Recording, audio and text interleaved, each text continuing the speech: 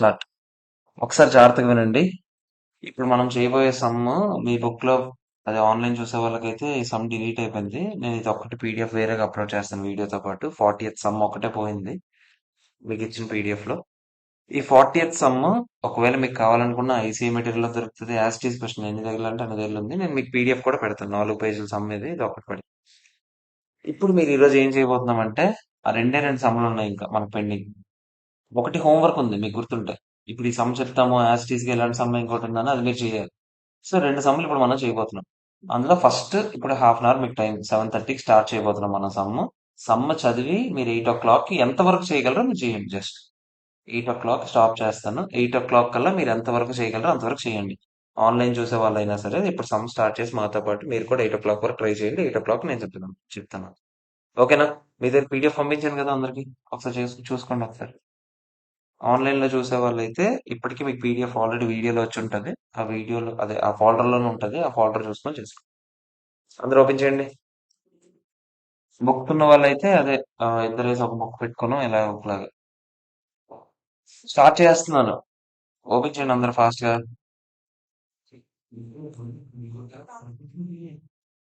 ఒక పీడిఎఫ్ చెప్పాను కదా ఆడ నాకు పంపించింది కదా అది ఫార్వర్డ్ చేస్తాను మీకు. ఇంకో రెండు నా దాంట్లో ఉన్నాయి. మీకు పంపించినప్పుడు అన్ని ఉన్నాయి.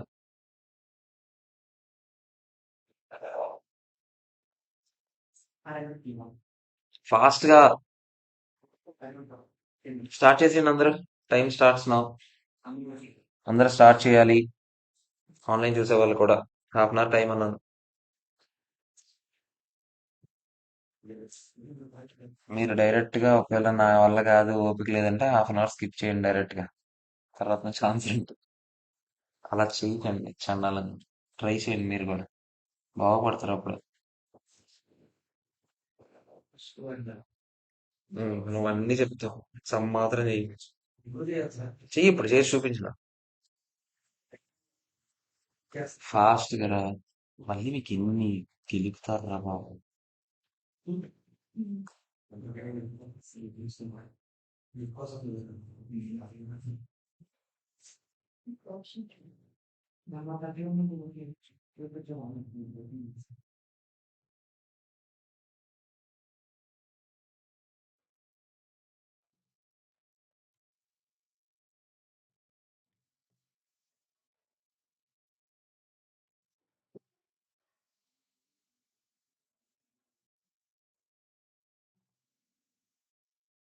ఆన్లైన్ చూసే వాళ్ళు చెయ్యాలి సమ్. సమ్ చేయకపోతే రాదు. 2 గాజులు అమ్ముకోవడమే ఇంకా. చూసుకో. నేను మీకు పంపించాను కదరా.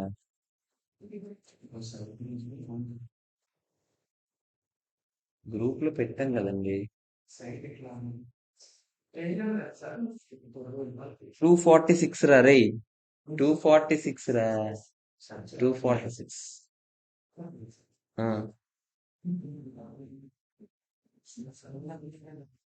అరే మీరు ఈ సోదికేరా మీ టైం అంతా అయిపోయింది. ఇంకేం అరగంటారా నాయన.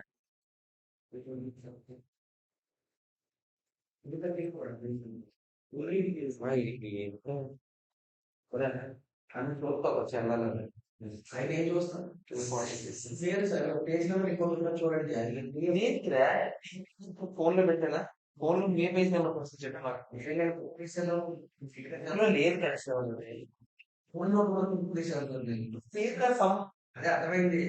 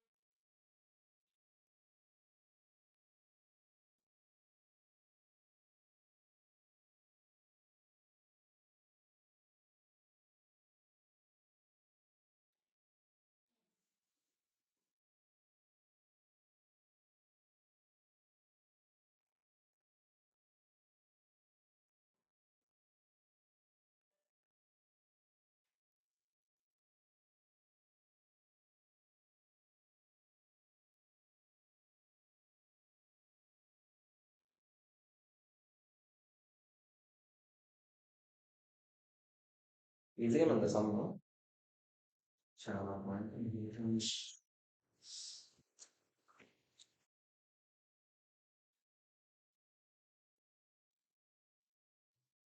కంటిన్యూ చేస్తారా చెప్పాలా? హలో. కష్టమా?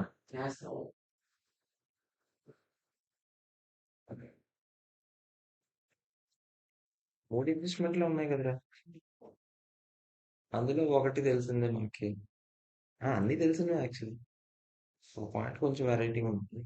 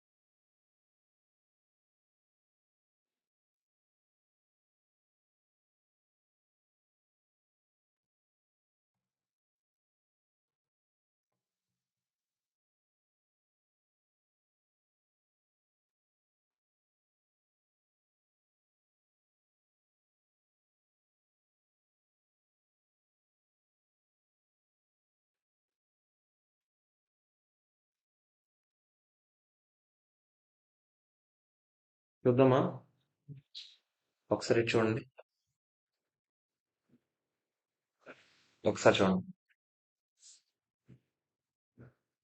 The balance sheet of Professional Limited and Dynamic Limited as of 31st March 2002 కి ఇచ్చాడు.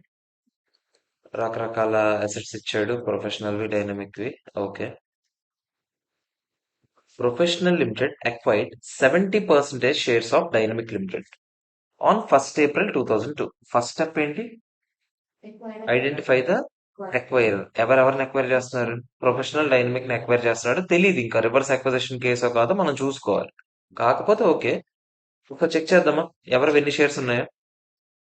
Professional dynamic limited shares face value ఎంత ఉందంట? 100 రూపీస్ ఉందంట. Dynamic limited balance sheet right side. ఇప్పుడు 400 lakhs ది 100 రూపీస్ ఉందంటే ఎన్ని షేర్స్ ఉన్నట్టు? 4 lakh షేర్ హోల్డర్స్ ఉన్నట్టేనా? వీళ్ళ బ్యాచ్ ఎంతమంది? 10 రూపీస్ అంటే 50 lakh షేర్ హోల్డర్స్ ఏనా? మనం ఏం చెప్పాము ఇప్పుడు? ప్రతి 2 షేర్స్ కి ఒక షేర్ ఇస్తామని చెప్పాం.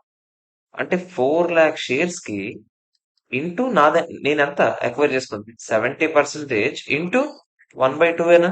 అంటే ఎన్ని షేర్స్?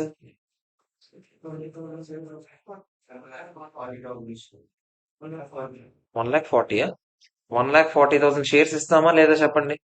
సో మన వాళ్ళ ఎంతమంది? 50 లక్షలు. వీళ్ళంతా 1,40,000. ఆబ్వియస్లీ ఇది మామూలు అక్విజిషన్ అయినా కాదా చెప్పండి. సో అది తెలుసుకోవడానికి మామూలు. ఓకేనా? సో పర్చేస్ కన్సిడరేషన్ తెలిసిపోయింది. ఎందుకు? The fair value of the shares ఇచ్చాడు ఎంత? 40 per షేర్. నేను పర్చేస్ కన్సిడరేషన్ వర్కింగ్ నోట్ రాస్తున్నాను. అందులో ఏమి ఇచ్చాం మనం? షేర్స్ ఇచ్చాం. షేర్స్ కి మనం ఏం చూస్తాం? Fair value of shares given. ఎలా లెక్కెట్టాం మనం? ఎన్ని షేర్స్ అవి? 4 lakh షేర్స్ లో మనం ఎన్ని అక్వైర్ చేసుకున్నాం?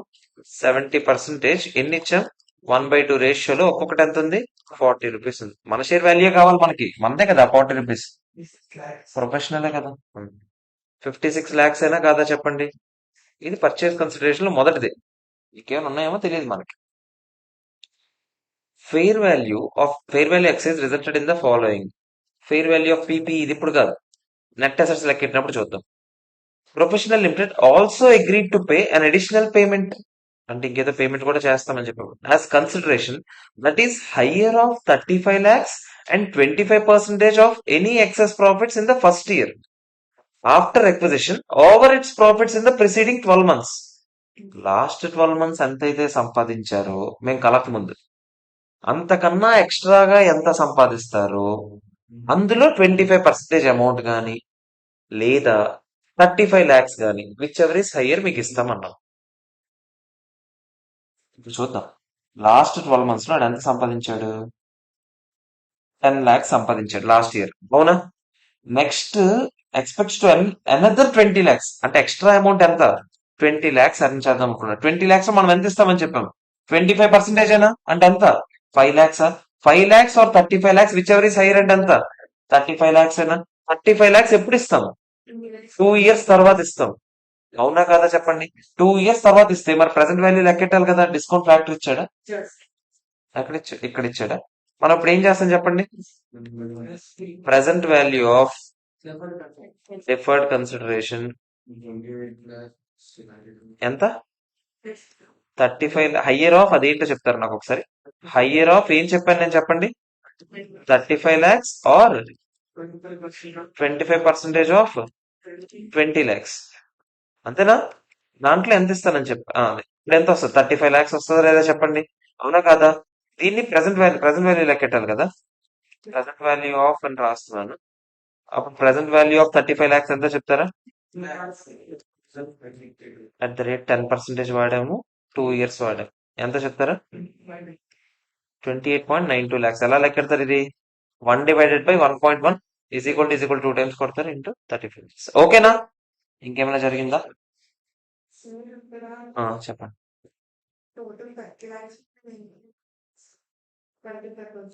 ఎందుకు అనుకోకూడదు అంటే అది చెప్పాడు కాబట్టి. ఇక్కడ చదవండి. ఇప్పుడు ఏం చెప్పాడు? 25% ఆఫ్ పక్కన ఏం లైన్ ఉంది?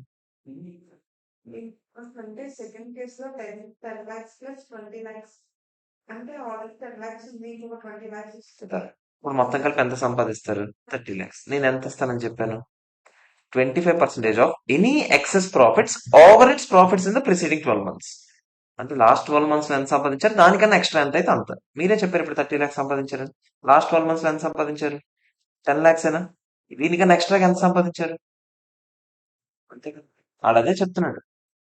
లాస్ట్ 12 మంత్స్ లో మీరు సంపాదించిన దానికన్నా ఎక్స్ట్రా ఎంత వస్తే దాంట్లో 25% అన్నాడు. అర్థమైందా లేదా చెప్పండి. ఓకేనా? క్లియర్? ఇంకెవరికైనా డౌట్ ఉంది పాయింట్ సెకండ్ పాయింట్ లో? Second point okay. Third point చూద్దామా? ఇన్ ఎడిషన్ ప్రొఫెషనల్ లిమిటెడ్ ఇంకైతే పే చేస్తాం మనం ఎవరికి? ఫౌండర్ షేర్ హోల్డర్ కి. దేనికంటే ప్రొవైడ్స్ ఈ stay with the company for 2 years after the acquisition. అంటే ఇదేంటో చెప్పండి. ఎంప్లాయ్ బెనిఫిట్ ఎక్స్పెన్సెస్ అయినా కాదా చెప్పండి. ఎందుకు 2 years ఎంప్లాయ్మెంట్ లో ఉంటే ఇస్తామని చెప్పాం. ఎంప్లాయ్ బెనిఫిట్ ఎక్స్పెన్సెస్ ఇది ఏమి రీప్లేస్మెంట్ అవార్డ్స్ కట్టుకుంటూ కాదు. మనం ప్రీ కాంబినేషన్ పోస్ట్ కాంబినేషన్ ఎంచుకోవడానికి. ఇది జస్ట్ ఆ షేర్ హోల్డర్ కి షేర్ హోల్డర్ రూపంలో ఉన్నందుకు కాదు. ఎంప్లాయీ రూపంలో 2 years పాటు ఉంటే ఇస్తామని చెప్పింది డబ్బులు. అంటే ఇది ఏమవుతుంది చెప్పండి. ఎంప్లాయీ బెనిఫిట్ ఎక్స్పెన్సెస్ ఎప్పుడు రికార్డ్ చేస్తారు చెప్పండి. అదే ఇయర్ ఎండింగ్ లో ప్రతి ఇయర్ కి కొంచెం కొంచెం రికార్డ్ చేసుకుంటూ పోతారు. అది ఎక్కడ 1 or 2 ఇండియాస్ 1 or 2 మన నెక్స్ట్ చాప్టర్. మనకి ఇప్పుడు సంబంధం ఏమైనా ఉందా? లేదు. అదే కన్సాలిడేటెడ్ ఫైనాన్షియల్ స్టేట్మెంట్స్ అప్పుడేలే. అంటే ప్రాసెస్ ఏంటో చెప్తున్నాను నేను. ప్రతి ఇయర్ కొంచెం కొంచెం కింద రికాగ్నైజ్ చేసుకుంటాం. అన్ని 1 or 2 లో నేర్చుకుంటాం. ఓకేనా? అదంతా కన్సల్టేషన్ లో భాగం. ఇప్పుడు మనకు సంబంధం ఉందా? లేదు. నెక్స్ట్ ఫోర్త్ పాయింట్ చూద్దామా? ఏది? Dynamic limited had certain equity settle share based payments. దీనికి సంబంధం ఉంది. Original award which got replaced. అంటే replacement awards non replacement awards? Replacement awards. Non replacement awards అయితే ఏ పదం వస్తుంది? ఎన్సీఏ అనే పదం వస్తుంది. రీప్లేస్మెంట్ అవార్డ్స్ అయితే SBP reserves. As per the original term vesting period ఎంతంట? ఒరిజినల్ టర్మ్ 4 years అంట.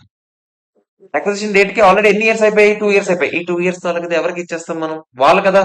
అవునా కదా? అప్పుడు మనం డైరెక్ట్ ఇది పర్చేస్ కన్సిడరేషన్ లో భాగమైనా కదా చెప్పండి. ప్రీ కాంబినేషన్ అవునా కదా? పోస్ట్ కాంబినేషన్ మనం తర్వాత చూపించుకుంటాం. ఎంత ఒరిజినల్ అవార్డ్ వాల్యూ? 5 lakhs. మీరు ఏం చేస్తారు చెప్పండి. 5 lakhs ఇంటూ కొత్త పీరియడ్ ఎంత? As per the replaced awards vesting period has been reduce to 1 year. ఇంక పైన 1 year అంట. ఆల్రెడీ ఎన్ని ఇయర్స్ అయిపోయి? 2 years అయిపోయి. అంటే ఎన్ని ఇయర్స్ మొత్తం కలిపి కొత్త పీరియడ్? 3 years అయినా. పాత పీరియడ్ 4 years, కొత్త పీరియడ్ ఇక పైన 1 year అంటే ఆల్రెడీ 2 years అయిపోయింది. మొత్తం కలిపి అంత 3 years అయినా. మీకు ఏం చెప్పాను? 5 lakhs ఇంటూ ఎక్స్పైర్డ్ పీరియడ్ అంతా 2/హయ్యర్ ఆఫ్ 3 or 4 అంటే అంత 4 అయినా. 5 lakhs ఇంటూ 2/4 ఎంత? 2,50,000 అయినా కదా చెప్పండి. సో పర్చేస్ కన్సిడరేషన్ అదే కదా భాగం అవుతుంది. ప్రీ కాంబినేషన్ పీరియడ్దే కదా మనకి ఇంపార్టెంట్. అవునా కాదా చెప్పండి. ప్రీ కాంబినేషన్ ఎంట్రీ కూడా మీకు తెలుసు. Net assets to SBP reserve అని వేసేస్తాం. ఓకేనా? ప్రీ కాంబినేషన్ పీరియడ్ లో ఎంత లెక్కెట్టాము? 5 lakhs ఇంటూ 2/4 2.5 lakhs. ఎవరికి ఇందులో ఏమైనా డౌట్ ఉంటే చెప్పండి. తీసుకున్నాం. గుర్తు తెచ్చుకో. మనం ఏం చెప్పాము? ఆడిది లెక్కెడతాం చూడు. ఎవరిది? కొత్తోడిది. అప్పుడు ఆడిది ఎలా లెక్కెడతా చెప్పు. ఒరిజినల్ అవార్డ్స్ పట్టించుకోవు. అప్పుడు న్యూ అవార్డ్స్ ఎంత ఉన్నాయి? 8 lakhs కదా. ఆల్రెడీ ఎంత రికార్డ్ చేశాడు? 2.5 కదా. ఇంకెంత మిగిలింది? 5.5 కదా. ఈ 5.5 ఎవరు చేసుకుంటాడు? ఆడు కొత్తడు. మీకు చెప్పాను పాత దాంట్లో ఒరిజినల్ అవార్డ్స్ వాడాలి, కొత్త దాంట్లో న్యూ అవార్డ్. ఎందుకు? పాతోడికి రీప్లేస్మెంట్ అవార్డ్తో ఏంటి సంబంధం? పాతోడు ఎంత రికార్డ్ చేసి ఉంటాడు? ఒరిజినల్ అవార్డ్ బేస్ చేసుకునే కదా. మరి మనకి ఆడికి ఏంటి సంబంధం రీప్లేస్మెంట్ అవార్డ్స్? ఓకేనా కాదా చెప్పాలా? ఎవరికైనా ఈ పాయింట్లు ఏమైనా ఇంకా క్లారిఫికేషన్ కావాలా? చెప్పండి. ఇది మనం అంత సంబంధం చేసాం కదండి. పాతది మనం ఏం చెప్పాం? రీప్లేస్మెంట్ అవార్డ్సా నాన్ రీప్లేస్మెంట్ అవార్డ్సా చూడమని చెప్పాను. అవునా? నోట్స్ ఓపెన్ చేయనా?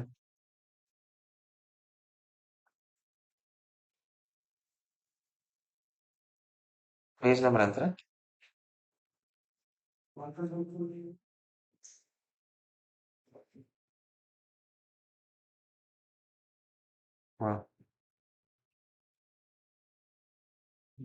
ఇక్కడ రీప్లేస్మెంట్ అవార్డ్స్ లో మనం ఏం చేసాము?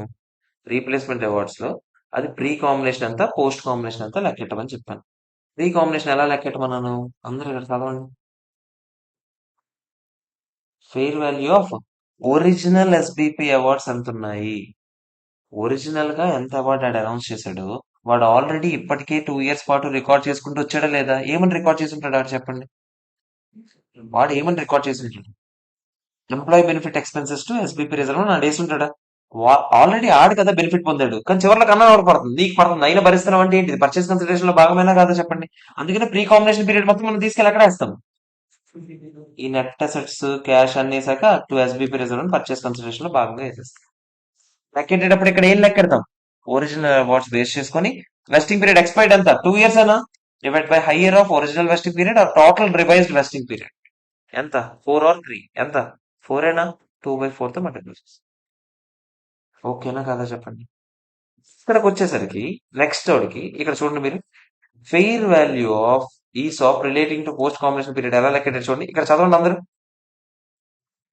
Fair value of replacement awards అంటే కొత్త అవార్డ్స్ ఎంత, 8 lakh ఏనా, ఆల్రెడీ పాతోడితే ఎంత రికార్డ్ చేస్తాం మనం, 2.5 ఎస్బీపీ రిజర్వ్ ఆల్రెడీ వెళ్ళిపోయిందా లేదా, మీరు ఆలోచించండి రా. అల్టిమేట్ గా ఇచ్చేది ఎవడరా, కొత్తోడేనా, ఇకపైన అల్టిమేట్ గా ఇచ్చేది కొత్తోడేనా కదా చెప్పండి. అల్టిమేట్ గా ఎస్బీపీ రిజర్వ్ ఎంత వెళ్ళాలి, కొత్తోడు ఎంత అయితే అనౌన్స్ చేశాడు అంత వెళ్ళాలి లేదా, కొత్తోడు ఎంత అనౌన్స్ చేశాడు, 8 lakhs అనౌన్స్ చేశాడా, ఆల్రెడీ పాతోడి తరపున ఎంత ఇస్తాం మనం, 2.5 వేస్తాం, ఇంక మిగతా ఎవడ వేసుకుంటాడు, మనమే కదా, కొత్త వాళ్ళు మనమే కదా వేసుకుంటాం 5.5. ఇది ఎన్ని ఇయర్స్ పాటు వేసుకుంటాం, ఇంకెన్ని ఇయర్స్ ఉన్నాయి మనకి, 3 కాదు, ఆల్రెడీ 2 అయిపోయాయి, ఇంకా 1 year ఉంది మొత్తం. ఒకేసారి ఇయర్ ఎండింగ్ లో ఏం చేస్తాం చెప్పండి, employee benefit expenses to SBP reserve ఎంత, ఒకేసారి 5.5.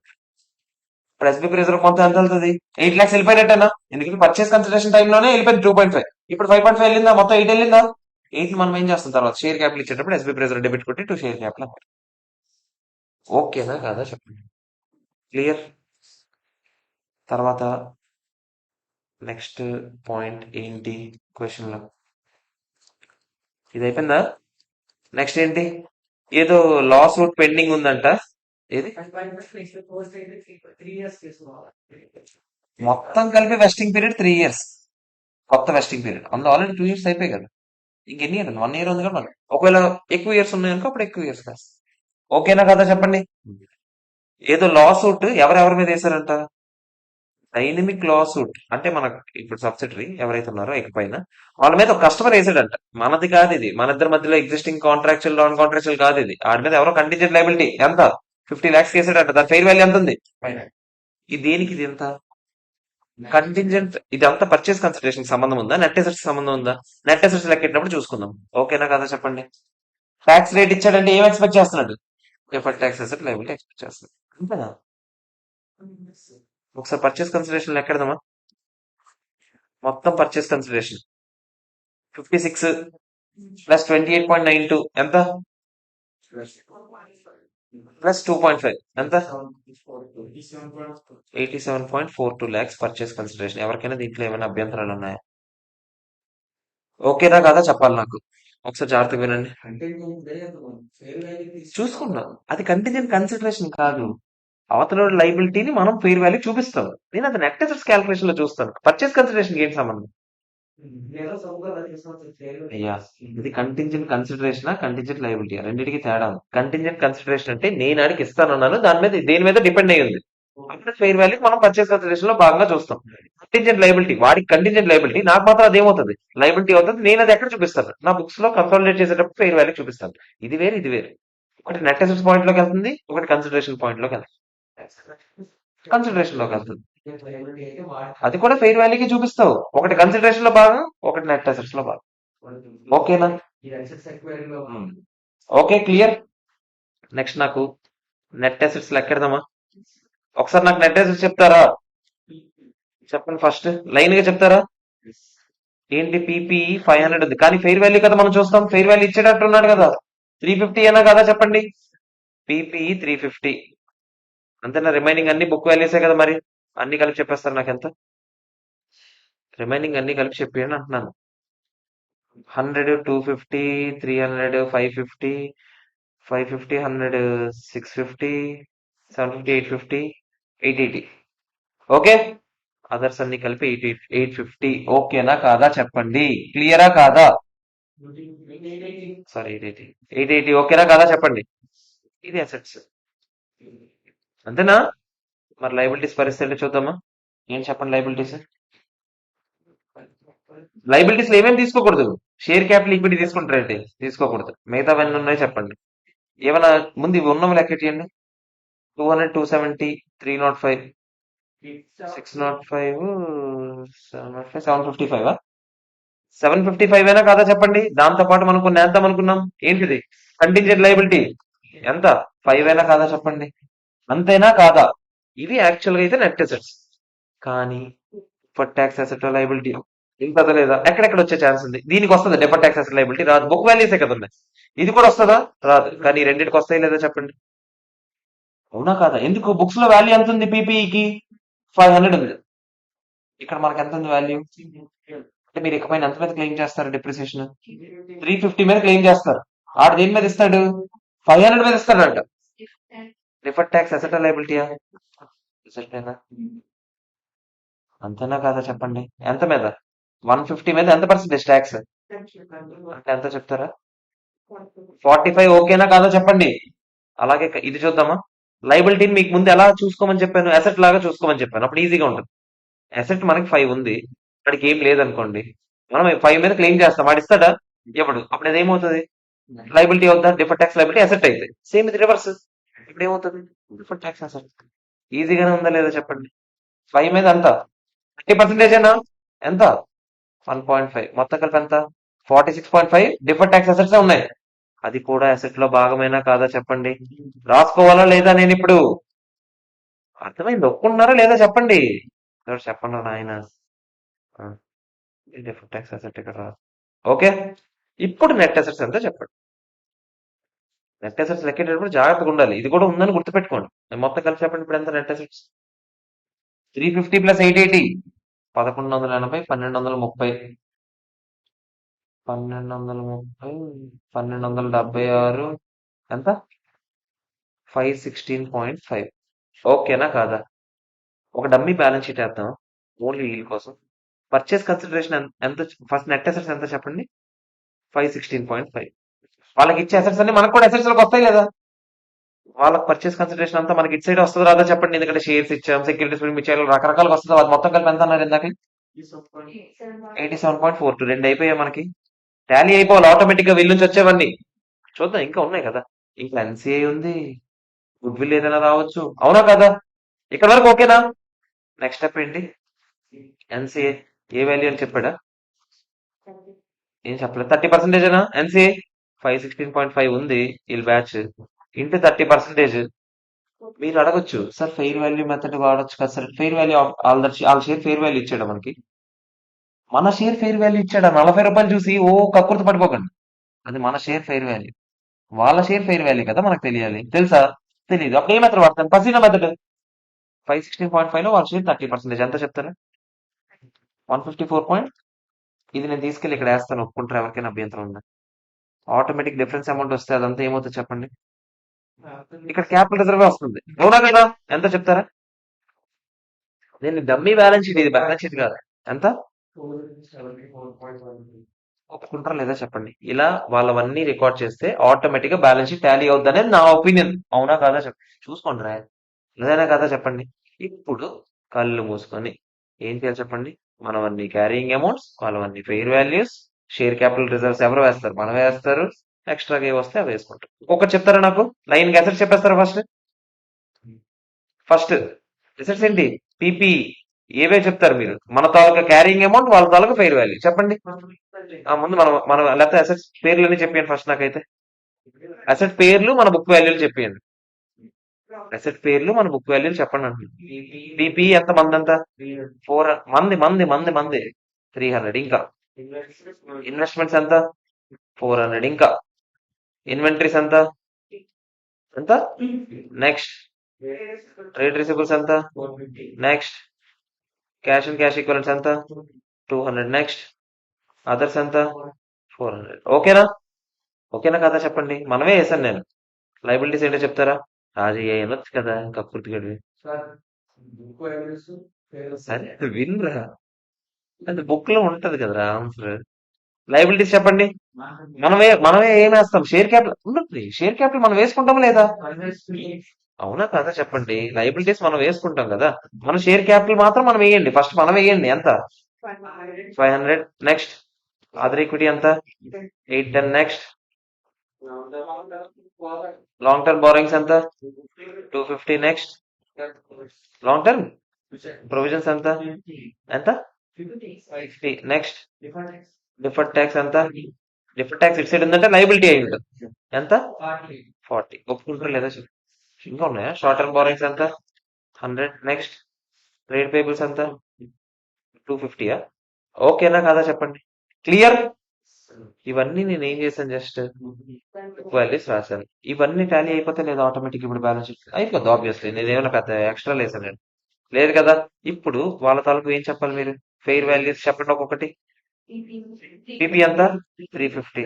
ఇన్వెంటరీ ఎంత ఏమి లేవంటే అవన్నీ బుక్ వాల్యూసేనా చెప్తారా 100 150 300 100 230. ఓకేనా కదా. డిఫర్డ్ ట్యాక్స్ అసెట్ రాసి ఉండాలి కానీ నెట్ చేసేద్దాం లాస్ట్ లో. పోనీ ప్రస్తుతానికి రాసేద్దాం. డిఫర్డ్ ట్యాక్స్ అసెట్ ఎంత చెప్పండి 46.5 ప్రస్తుతానికి రాస్తున్నాను నేను. తర్వాత ఏమైనా సెట్ అప్ అవుద్దామో చూద్దాం తర్వాత చూద్దాం. నెక్స్ట్ షేర్ క్యాపిటల్ వాళ్ళు రాస్తామా కానీ మనం కొత్తగా షేర్ క్యాపిటల్ ఇస్తున్నామా లేదా చెప్పండి ఎంత ఇస్తున్నాం మీకు గుర్తుందా మనం 1.4 lakh షేర్స్ ఇద్దాం అనుకున్నామా ఇంటూ 40 రూపీస్ ఎంత 56 lakhs అయినా కానీ ఫేస్ వాల్యూ ఎంత సెక్యూరిటీస్ ప్రీమియం ఎంత 10 రూపీసే కదా. అంటే ఎంత ఫేస్ షేర్ క్యాపిటల్ లోకి ఎంత వెళ్ళాలి చెప్పండి 14 lakhs షేర్ క్యాపిటల్ లోకి వెళ్ళాలి. అదర్ ఈక్విటీలోకి ఎంత వెళ్ళాలి చెప్పండి 40 42 lakhs అయినా ఇది ఒప్పుకుంటూ లేదా చెప్పండి. నెక్స్ట్ ఇంకా చెప్పండి లాంగ్ టర్మ్ బారోయింగ్స్ ఎంత అండి అదర్ ముందు ఫస్ట్ ప్రస్తుతానికి అలా ల్యాప్టాప్ పనిచేది ఇది ఇలా ఉంచండి. ఇవన్నీ చెప్పండి లాంగ్ టర్మ్ బారోయింగ్స్ అన్ని చెప్పండి ఎంత 200. నెక్స్ట్ 70. నెక్స్ట్ 35. నెక్స్ట్ 150. నెక్స్ట్ ఆగండి మీకు ముందు నేను ఏం చెప్పాను ఒక్క నిమిషం ఫస్ట్ నేను ఏమన్నాను వాళ్ళకి ఒక డిఫర్ ట్యాక్స్ లైబిలిటీ ఉందా మరి నాకు ఇందాక చెప్పలేదు. సరే ఏమన్నా దాంట్లో మార్పు ఒకసారి చూడండి. మనం వాళ్ళ తాలూకు అసెట్స్ అన్ని లైబిలిటీస్ అని రాస్తాం. మనం మనకి ఇచ్చే పర్చేస్ కన్సిడరేషన్ రాయాలి కదా. పర్చేస్ కన్సిడరేషన్ ఏమేమి ఇస్తున్నాం చెప్పండి షేర్స్ ఇస్తున్నాము రాస్తాము. ఇంకా నేను పర్చేస్ కన్సిడరేషన్ ఒకటి వేరే కలర్ లో రాస్తాను. పర్చేస్ కన్సిడరేషన్ 14 lakhs ఇచ్చాం రాస్తాం. నెక్స్ట్ 42 lakhs అదే అది కూడా అందులో భాగమే. ఇంకా అదే దానికి మరి ప్రొవిజన్స్ లోకి వెళ్తుందా లేదా చెప్పండి. అది ప్రొవిజన్ పెట్టుకుంటామా లేదా దానికి లాంగ్ టర్మ్ ప్రొవిజన్ అయినా 2 years తర్వాత కదా ఇస్తాము. ఎంత చెప్తారా 28.92 ఒప్పుకుంటారా లేదా చెప్పండి అవునా కదా చెప్పండి. ఇంకా ఎస్పీపీ రిజర్వ్ అని వేస్తామా లేదా దానికి ఎంట్రీ ఎస్పీపీ రిజర్వ్ ఎక్కడికి వెళ్తుంది అదర్ ఈక్విటీకైనా 2.56 లేదా చెప్పండి. ఇవన్నీ ఏంటి పర్చేస్ కన్సిడరేషన్. ఇంకేమయ్యాలి చెప్పండి నెట్ అసెట్స్ లో ఆగండి. నెట్ అసెట్స్ లో మీరు ఇక్కడ చూస్తే డిఫర్డ్ ట్యాక్స్ అసెట్ 46.5 వచ్చింది. వాడేమో డిఫర్డ్ ట్యాక్స్ లైబిలిటీ చూపించాడు 35. అవునా కదా చెప్పండి ఆగండి. యాక్చువల్ గా 46.5 అసెట్ రావాలి. వాడేమో లైబిలిటీ అని చూపించాడు 35 చూపించాడు. ముందు ఆ లైబిలిటీ తీసేయాలి ఎక్స్ట్రాగా అసెట్ రావాలి. ఇప్పుడు నేనేమంటున్నానంటే మనం ఇప్పుడు లెక్కెట్టాం కదా ఏదది ఎంత వచ్చింది మనకు మొత్తం ఒక్క నిమిషం మనకి ఎంత వచ్చింది చెప్తారు ఒకసారి నాకు. ఇక్కడ కలపండి రెండు కలపండి ఎంత 75 ఏనా మనకి ఇక్కడ డిఫర్ ట్యాక్స్ అసెట్ ఎంత ఉంది 46.5 ఏనా పోనీ అలా నెట్ చేసేయండి ఎంత 75 కి 46.5 కి నెట్ ఎంత 28.5 అయినా కాదా చెప్పండి డైరెక్ట్ గా ఇక్కడ నేను 28.5 చూపించుకుంటాను అంటున్నాను. మీకు ఏమైనా ప్రాబ్లమా ఇది తీసేసి ఈ రెండు తీసేస్తాను అంటున్నాను. ఓకేనా కాదా చెప్పండి నేను సెట్ ఆఫ్ చేసుకుంటున్నాను రా ఏదో ఒకటే చూపిస్తున్నాను. ఓకేనా కాదా అయిపోయింది. ఇంకేముండిపోయి ఇదేది లైబిలిటీ ఏదో చూపించాం కదా కంటింజెంట్ లైబిలిటీ ఏదో అవునా కదా చెప్పండి అది మిస్ అయిపోకూడదు.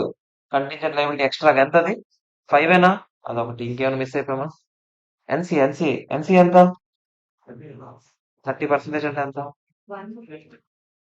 ఎంత వచ్చింది 154.95 అయినా కాదా చెప్పండి. ఇంకా క్యాపిటల్ రిజర్వ్ మీద లెక్కెట్టాం కదా మనం కష్టపడి లాభం ఎంత ఎక్కడికి వస్తుంది అది 270.13 అయినా అవునా కదా. ఇప్పుడు రంగుల్లో ఉన్నవన్నీ టాలీ అవ్వాలా లేదా ఆటోమేటిక్ గా అంతేనా కదా చెప్పండి. ఇప్పుడు మనం ఒకసారి అసెట్స్ టోటల్ చేసి చెప్తారా నాకు అసెట్స్ మాత్రమే టోటల్ చేసి చెప్పండి నాకు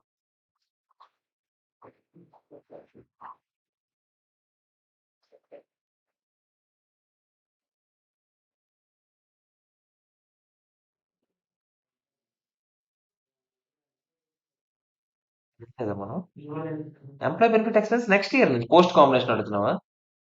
ఇప్పుడు ప్రీ కాంబినేషన్ ఇస్తాను కదా ఎస్బీపీ రిజర్వ్ లో నేను. ఇదిగో 2.5. 2.5 కదరా ప్రీ కాంబినేషన్ లో.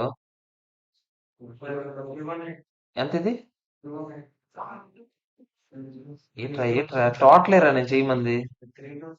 600 650, 1050, 1150, 1150, 400, 1550, 1550, 1850, 1900, 2300, 2600, 2000, 330. ఏందిరా ఏమో చెప్పారు. 3230 రా. నెక్స్ట్ కింద చెప్తారా టోటల్ సరిపోవాలి కదా? అవునా కాదా? ఇది చెప్తారా లెక్కెట్టగలరా? ఆ, చూద్దాం. 514, 514, 514, 1324, 1366. అబ్బో, అయిపోతాయి ఇక్కడ పని. మీరే చేసి చెప్పండి.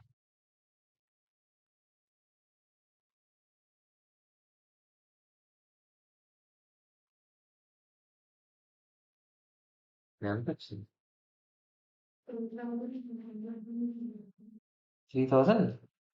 ఎక్కడ తేడా ఇస్తామా? కింద వేయలేదా? బాగుందిరా, నైస్ రా. ఎంత వచ్చింది? ఆ, నీ లెక్కన నమ్మనయ్యి. 3230 వచ్చిందా లేదా చెప్పండి. పోనీ తప్పే కదా. 3230. ఇప్పుడు నువ్వు ఎంత లెక్కెట్టిన అంతేలే, మళ్ళీ తర్వాత లెక్కెట్టుకో గానీ. ఇది ఓకేనా కదా చెప్పండి. అయిపోయింది ఆన్సర్ అంతే. 20 మార్కులు. ఇక పైన 14 మార్కులు. ఈజీగానే ఉందా లేదా చెప్పండి. అంటే కరెక్ట్ గా ప్రశాంతంగా చేస్తే అదో పెద్ద వింత ఏం కాదు. కాకపోతే మరీ పాయింట్ పాయింట్ కి మళ్ళీ మనం అన్ని మర్చిపోతామంటే అవ్వదు. ఎక్కడ ఒక్కడ గుర్తుంచుకోవాలి. ఓకేనా కాదా? అర్థమైందా లేదా? మీరు యాజ్ ఇట్ ఈస్ గా ఇలాంటి సమ్ ఇంకోటి ఉంది కదా. ఎక్కడ ఏంటి ప్రాబ్లం ఏదో అది చెయ్యాలి మీరు. ఇది ఓకేనా? ఎవరికైనా ఏమైనా అభ్యంతరాలు ఉన్నాయా ఇంకా? మీరు వర్కింగ్ నోట్స్ చూద్దాం ఒకసారి, ఆన్సర్ ప్రెజెంటేషన్ చూద్దాం ఒకసారి చూడండి. కన్సాలిడేటెడ్ బ్యాలెన్స్ షీట్ చూడండి ఒకసారి. అవన్నీ ప్లస్లు అన్ని చూపించడాడు, డైరెక్ట్ గా వేసేస్తాడు. నోట్స్ మనం రాసామా లేదా? వర్కింగ్ వర్కింగ్ నోట్స్ చూడండి, ఆడు ఏం రాశాడు? పర్చేస్ కన్సిడరేషన్ క్యాలిక్యులేషన్ మనం చేసామా లేదా? ఫస్ట్ పేజ్ లో 87.43 వచ్చింది కదా. నెక్స్ట్ ఫెయిర్ వాల్యూ, ఇది అంత అవసరం లేదురా, మరీ ఓవర్ నెక్స్ట్. ఇది ఏం అవసరం లేదు. డైరెక్ట్ గా మీరు డిఫర్డ్ ట్యాక్స్ లెక్కెట్టడానికి ఏవేవి తేడాలు ఉన్నాయో అవి రాసుకుంటే సరిపోద్దని చెప్పాను కదా. ఈ తేడాలు లేనివన్నీ ఎందుకు? డిఫర్డ్ ట్యాక్సెస్ రాసుకోవచ్చు లేదా? తర్వాత ఇదేంటి మళ్ళీ ఇది దరిద్రం, ఇది అవసరం లేదు. ఈ వర్కింగ్ నోట్ అవసరం లేదు. మళ్ళీ కన్సాలిడేట్ అమౌంట్స్ తయారు చేసి ఇక్కడ మళ్ళీ వేరేగా వేస్తున్నాడు బ్యాలెన్స్ షీట్. అంత అవసరం లేదు మీకు. అంటే ఇక్కడ మళ్ళీ ప్లస్లు చూపిస్తున్నాడు రా, అక్కడ బ్యాలెన్స్ షీట్ వేసాడు రా, అంత అవసరం లేదు.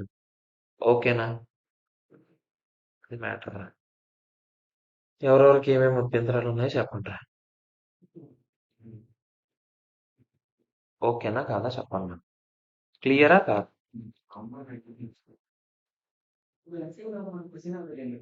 ఆ,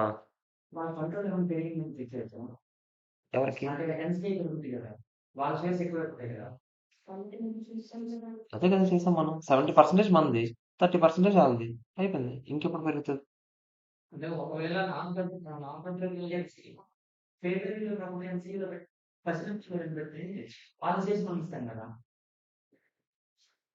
నువ్వు పసీనా మెథడ్ కి ఫెయిర్ వాల్యూ మెథడ్ తేడా ఏంటి? ఎన్సీఏ మెజర్ చేయడానికి పసీనా మెథడ్ లో వాళ్ళ నెట్ అసెట్స్ అన్ని లెక్కెడతాం. వాళ్ళ ఫెయిర్ వాల్యూకి లెక్కెడతాం. దానిలో ఎంత పర్సెంటేజ్ వాళ్ళ స్టేక్ ఉందో అదని లెక్కెడతాం. అది లెక్కెట్టడానికి ఫెయిర్ వాల్యూ, అదే వాళ్ళ తాలూకు వాల్యూ లెక్కెట్టడానికి. మనం ఇచ్చేది అది కాదు. పర్చేస్ కన్సిడరేషన్ ఇది వాళ్ళ వాల్యూ లెక్కెట్టడానికి. అది పసీనా మెథడ్.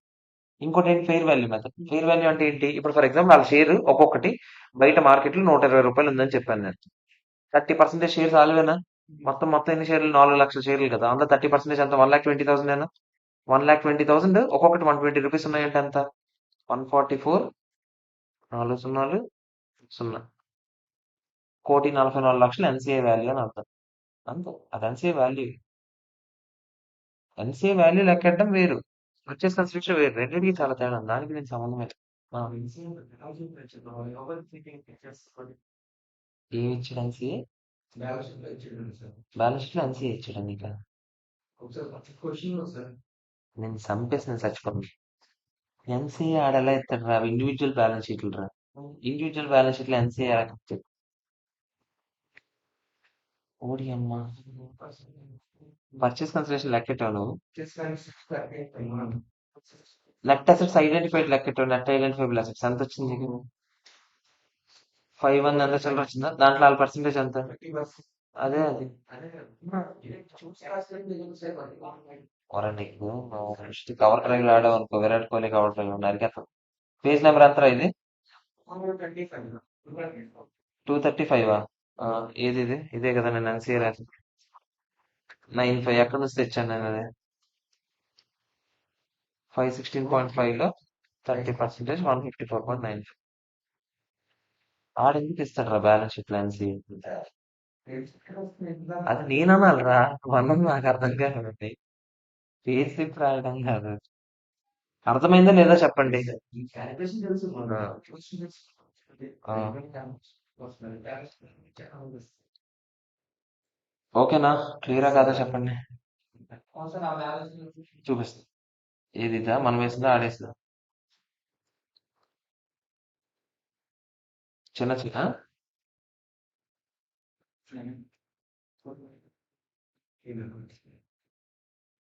ఫస్ట్ ఫస్ట్ ఇది తీసుకుంటావా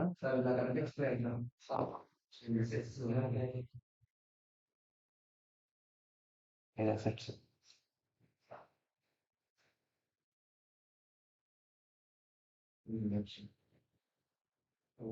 అప్పుడు ఇది లయబిలిటీస్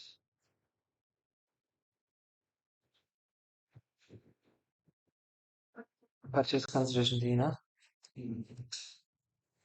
ఒక్క నిమిషం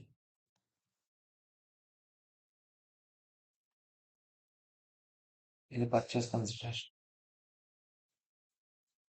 ఓకే ఇంకోటి ఉంది కదా ఏదో ఇది ఏంటిది Net assets. ఇది మీకు మైండ్ లో ఉంటే చాలరా ఇవన్నీ వెళ్ళబోతున్నాయి అక్కడికి అనేది మీకు మైండ్ లో ఉండాలి బ్యాలెన్స్ షీట్ అసెట్స్ చిన్నది ఫోన్ ఎట్టి పక్కన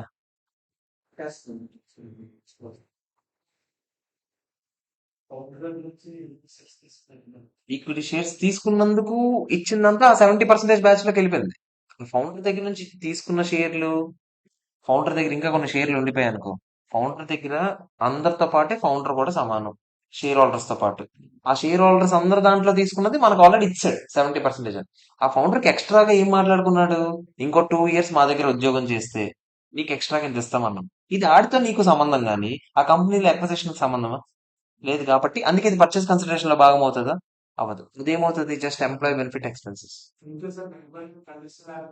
ఇంప్లిమెంట్ కండిషన్ లేదనుకో షేర్ హోల్డర్ కోసం అనే ఇదంతా చేస్తున్నాం అనుకో ఆ షేర్స్ కోసం అప్పుడు పర్చేస్ కన్సిడరేషన్ భాగం ఓకేనా కాదా చెప్పండి క్లియరా ఏదేది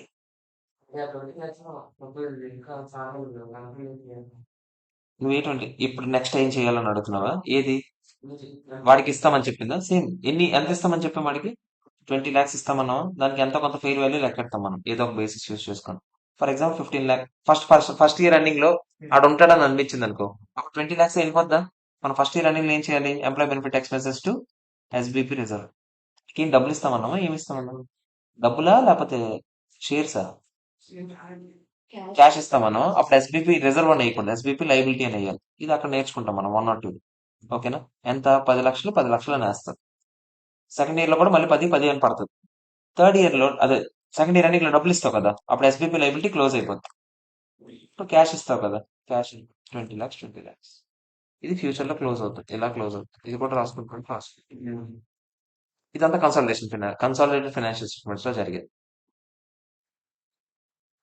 ఓకేనా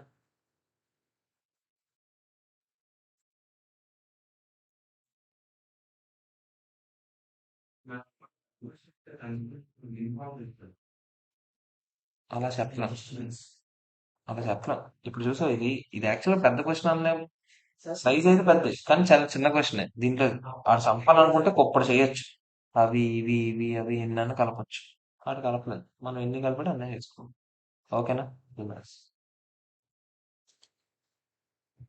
ఏదో క్వశ్చన్ ఇంకోటి మనం పెద్ద చేద్దాం అనుకున్నాం ఏంటది.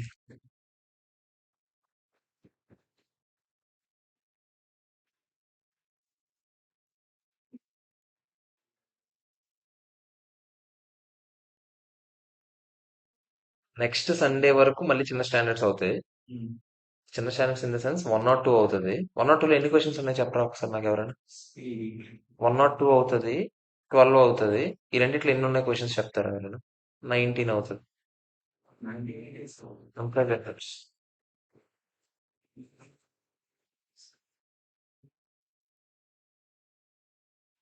ఎన్ని ఉన్నాయి. ఒక్కొక్కటి చూడు. 1 or 2, 1 or 2 చూస్తున్నావా. 12, 19 పరిస్తారు.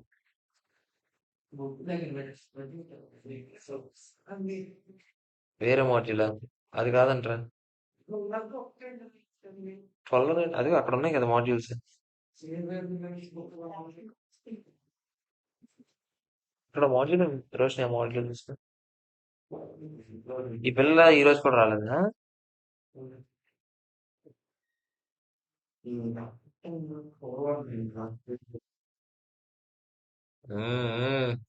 జరిగిన ఛాన్స్ ఫోన్ తీస్తే ఏ పెట్టిరా అవసరం లేదు నా కోసం. పెట్టు నువ్వు. పెట్టి అంటే ఊ, ఎలా కాదురా. పిల్ల 34 ఇందులోనా 3 రోజులు పడుతుంది.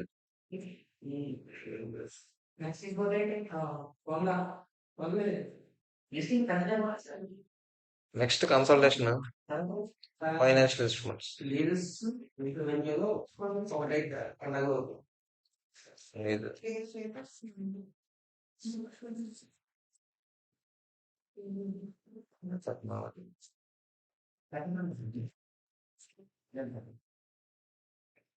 దగ్గర ఉన్నారా. 14 38 ఉన్నాయి అందులో. 12 చదువుకున్నా లేదా. Income tax 692.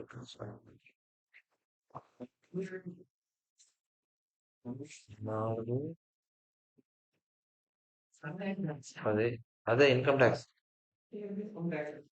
ఓ 20.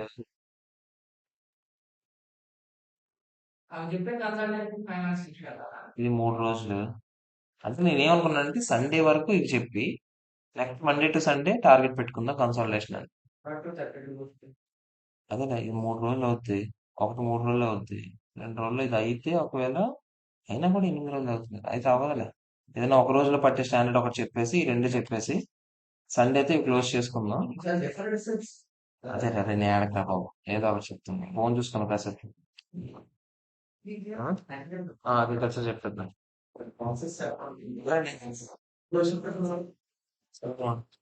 ఆ, ఏది షేర్ బేస్డ్ పేమెంట్స్ అయిపోతుంది. అదే ఫస్ట్ రేపు షేర్ బేస్డ్ పేమెంట్ స్టార్ట్ చేద్దాం. ఓకే అలాగే చేస్తాం. Okay okay. First differ tax రేపు. ఓకే ఓకే సరే. 24 రిలేటెడ్ పార్టీస్.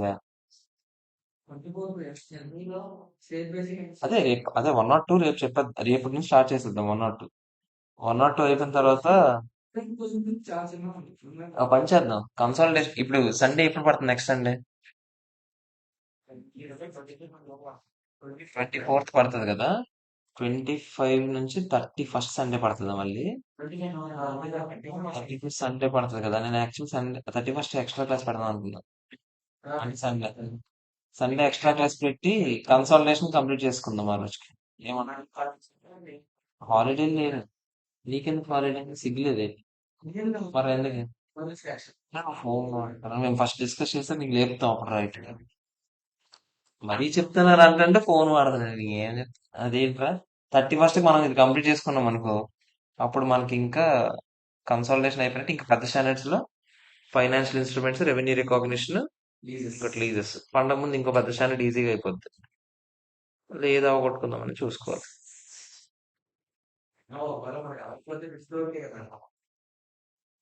ఎందుకు ఏది అయిపోయిందా?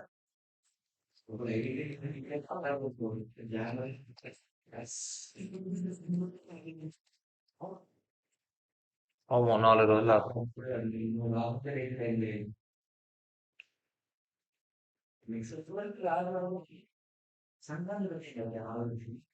వాళ్ళు చెప్పిందే సంక్రాంతి. ఒకసారి నాకు ఇది పేజ్ నెంబర్ చెప్పండి ఇప్పుడు. అదే ఇప్పుడు ఆ క్వశ్చన్ చెప్పాలి కదా నేను ఇంకా 103. 8th క్వశ్చన్ కాదు.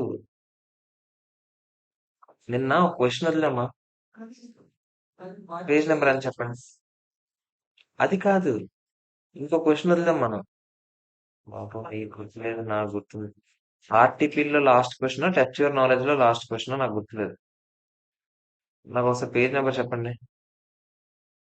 పద్మనిషి సిగ్గులేనాడు అరే, ఆ ఫోన్ ఆ పక్కనెట్టు, లేకపోతే నేను ఇసిరేస్తాను. పక్కనెట్టు. ఏది పక్కనెట్టు. అంటే పేజ్ నెంబర్ ఎంతరా? 239. అందులో లాస్ట్ క్వశ్చన్ నేను చెప్పలేదు అనుకుంటా కదా. 239 ఎందుకు చెప్పారు నాకు?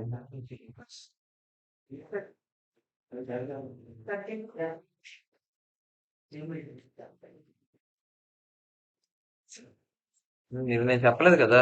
13th క్వశ్చన్ చెప్పానా? ఇది అవ్వలేదు కదా. చూడండి ఒకసారి, మళ్ళీ మీరే ఫస్ట్ ట్రై చేస్తారా? ఏంటి అసలు ఏం అడిగాడు మనకి? సిగ్గులేని వాళ్ళందరూ ఎక్కడ ఉన్నారు? కంపెనీ ఎక్స్ కంపెనీ జెడ్ ఇచ్చాడు బ్యాలెన్స్ షీట్. మనకి ఏం అడిగాడు? అసెట్ అక్విజిషన్ బిజినెస్ ఫస్ట్ అడిగాడు, అక్విజిషన్ డేట్ అడిగాడు, జర్నల్ ఎంట్రీస్ అడిగాడు, బ్యాలెన్స్ షీట్ అడిగాడు. ఒకసారి చూద్దాం చూడండి. First, company X is engaged in the business of exploration and development of oil and gas blocks. జాగ్రత్తగా వినాలి క్వశ్చన్, వినకపోతే అడగలేకపోతే. Okay. Company X currently holds participating interest in below mentioned producing block as follows. నేను మొత్తం discuss చేస్తాను, ఈ question answer కూడా discuss చేస్తాను. మీరు కాకపోతే పేపర్ మీద పెట్టి చేయాలి. ఓకేనా? మొత్తం ఆన్సర్ డిస్కస్ చేశాక ఇప్పుడే డిస్కస్ చేసిన ఇప్పుడే చేసి వెళ్ళిపోండి. ఓకేనా? స్టార్టింగ్ లో మన దగ్గర ఎంత ఉండేదంటే ఆగండి, మనం ఎవరు అసలు? కంపెనీ ఎక్స్ కదా. Okay, company X, company Y, company Z 3 ఉన్నాయి. ఈడెవడు? Company X currently holds participating interest in below mention producing blocks as follows. Company X కి ఎక్కడెక్కడ ఎంత వేస్తుందో చెప్తున్నాడా? ఏంటిది? For the above block company XYZ has entered into unincorporated joint venture. Okay, ఈ block కి సంబంధించి ఎవరెవరికి ఎంత షేర్ ఉందో చెప్తున్నాడు. అంటే ఒక బ్లాక్ ఉందిరా, ఏదో బ్లాక్ ఉందా, ఒకటి ఏదో తయారు చేయాలా. ఆ తయారు చేసే క్రమంలో AWM01 అనేదో ఉందా, దాంట్లో నాకు 30% షేర్ ఉంది కంపెనీ ఎక్స్ కి. కంపెనీ వైకి ఎంత ఉంది? 60% స్టేక్. కంపెనీ జెడ్ కి ఎంత ఉంది? 10% స్టేక్. ముగ్గురు కలిసి ఏదో joint venture, unincorporated joint venture ఒకటి ఫామ్ అయ్యారంట. అంటే అదేం పెద్ద కార్పొరేషన్ కాదు. AWM01 అనేది ఒక కంపెనీ ఏం కాదు. ముగ్గురు కలిసి ఒక జాయింట్ వెంచర్ లాగా ఫామ్ చేసుకుని, నువ్వు 30% నాది రెస్పాన్సిబిలిటీ, 60 నీది, 10 నీది, అలా మాట్లాడుకుంటాం. చూద్దాం ఏంటి. కంపెనీ వై ఆపరేట్ చేస్తాడంట మొత్తం ఈ బ్లాక్ అంతా. ఓకేనా? కంపెనీ ఎక్స్ జెడ్ జాయింట్ గా హెల్ప్ చేస్తారంట. వైఏ అన్ని ఖర్చులు పెడతాడంట on behalf of joint venture and raise cash call to the company X and Z at each month and in respect of the share of expenditure incurred in the joint venture. అంటే Y first ఖర్చులు పెట్టేస్తాడంట. పెట్టేశాక last లో split bill app ఉంది కదా, split wise app ఈ మధ్య అందరూ వాడుతున్నారు స్టూడెంట్స్. ఆ స్ప్లిట్ వైజ్ యాప్ లో అందరికి పంపిస్తారంట మెసేజ్, మీరెంత ఇవ్వాలి, మీరెంత ఇవ్వాలి. అర్థమైందా? నెలాఖరు అయ్యేసరికి మీరెంత ఇవ్వాలి, మీరెంత ఇవ్వాలి, ఎంత ఖర్చులు అని చెప్తాడు. All the manpower, facilities, machineries అన్ని జాయింట్ వెంచర్ చేతిలోనే ఉంటుంది. ఓకేనా? జాయింట్ వెంచర్ అంటే ఆ AWM01 అనే పేరు మీద ఉంటుంది.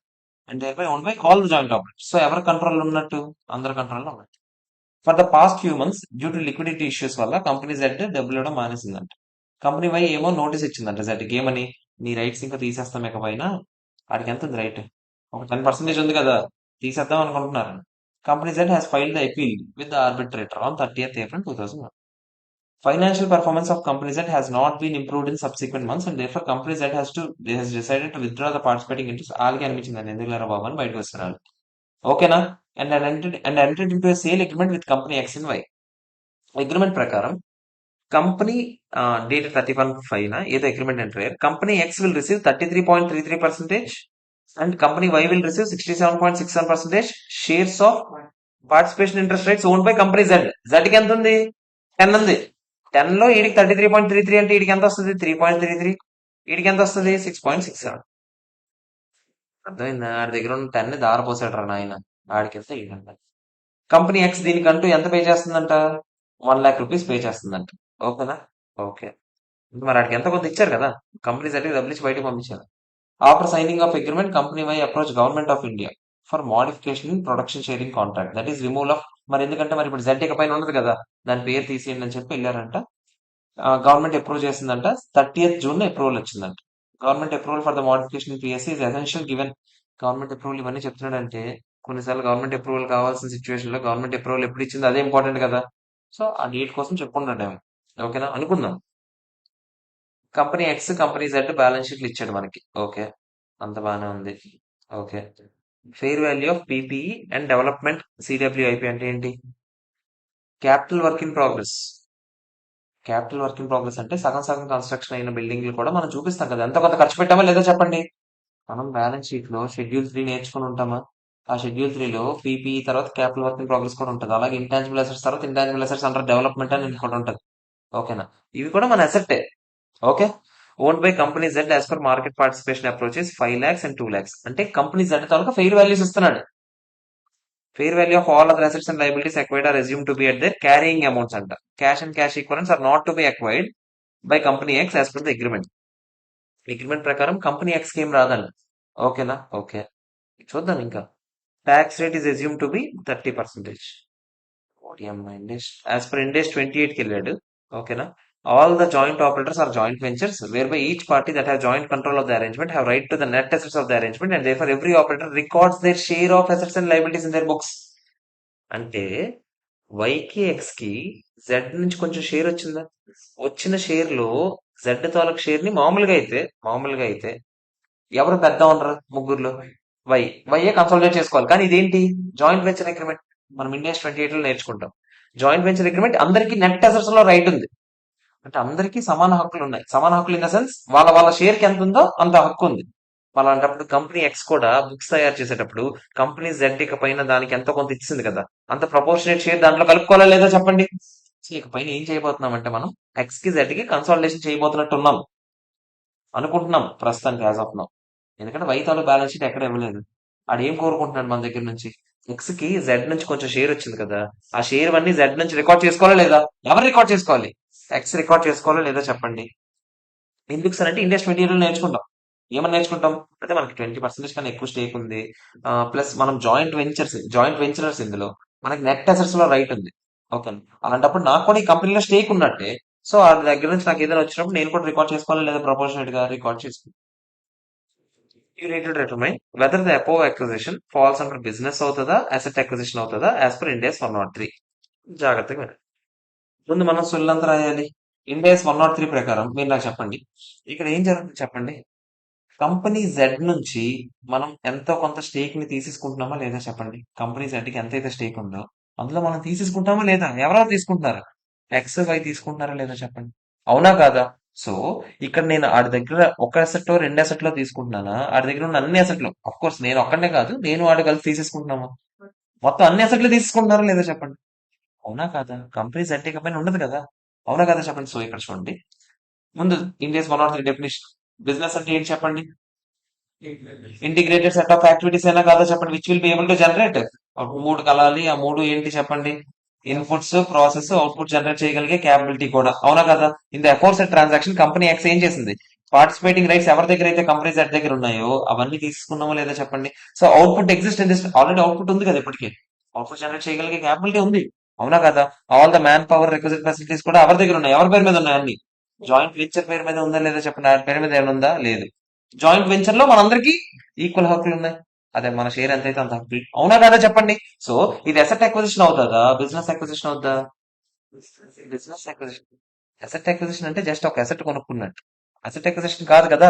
జెడ్ తాలూకు బిజినెస్ అంతా లాగేస్తున్నాం ప్రపోర్షనేట్ గా, నువ్వు కొంచెం నేను కొంచెం. అవునా కదా చెప్పండి. ఓకేనా? సో ఫస్ట్ క్వశ్చన్ ఆన్సర్ అది. రే ఏంది రే పాట పాడ అని పాట పాడుతున్నావు. ఇక్కడికి వచ్చి మా ప్రాణం ఎందుకు తీస్తాం? సెకండ్ పాయింట్ చూసి నాకు ఆన్సర్ చెప్పండి. Determine the acquisition date. ఇది ఎక్కడో నేను ఇందాకలే చెప్పాను. గవర్నమెంట్ అప్రూవల్ రావాల్సి వచ్చింది కాబట్టి గవర్నమెంట్ అప్రూవల్ ఏ రోజు వచ్చింది అదే కదా ఇంపార్టెంట్. గవర్నమెంట్ అప్రూవల్ ఎప్పుడు వచ్చింది చెప్పండి. ఎక్కడుంది? ఎక్కడుందిరా? 30th జూన్ అయినా కదా చెప్పండి. సో నేనేం రాయాలి second one answer? 30th June. కానీ దానికి ఆన్సర్ ఉంది చూసారా? మామూలుగా మనం ఏం రాస్తాం చెప్పండి. మామూలు మీరు అనుకోండి, కొన్ని ఏమని రాస్తారు చెప్పండి. మీరు ఏమని రాస్తారు చెప్పండి. ఒక కంపెనీలో మనం స్టేక్ కొనుక్కునేటప్పుడు ఏ రోజైతే కంట్రోల్ ఎఫెక్టివ్ గా అప్టైన్ చేసుకున్నాం అదే ఇంపార్టెంట్. ఇక్కడ యాక్చువల్ గా కంట్రోల్ ఎప్పుడో వచ్చింది, కానీ కొన్ని సందర్భాల్లో గవర్నమెంట్ అప్రూవల్ కూడా అవసరం. అలాంటి గవర్నమెంట్ అప్రూవల్ లేకపోతే రెగ్యులేటరీ అప్రూవల్ అవసరం ఉన్న చోట్ల నిజంగా ఎవరి అప్రూవల్ వచ్చిన రోజు చూసుకోవాలి, గవర్నమెంట్ అప్రూవల్ వచ్చిన రోజే చూసుకోవాలి. సో అది ఎప్పుడు వచ్చిందో చూసుకొని దాన్ని బట్టి అక్విజిషన్ డేట్ ఫిక్స్. ఈ మొక్కలు రాయాలి. అట్లీస్ట్ రెండు కాకపోయినా ఒక పేరా వస్తుంది మనకి. ఓకేనా కాదా చెప్పండి. క్లియరా కాదా? నెక్స్ట్ ఏం అడిగాడు మనకి? జర్నల్ ఎంట్రీస్ ఏ రాస్తారు అని అడిగాడు. మీరు నాకు చెప్పండి. ఇప్పుడు ఎవరి గురించి అడుగుతున్నాడు? మనకి ఎక్స్ గురించి అడుగుతున్నాడు. ఓకేనా? ఎక్స్ పరిస్థితి ఏంటని మీరు ఏం చేయాలి చెప్పండి.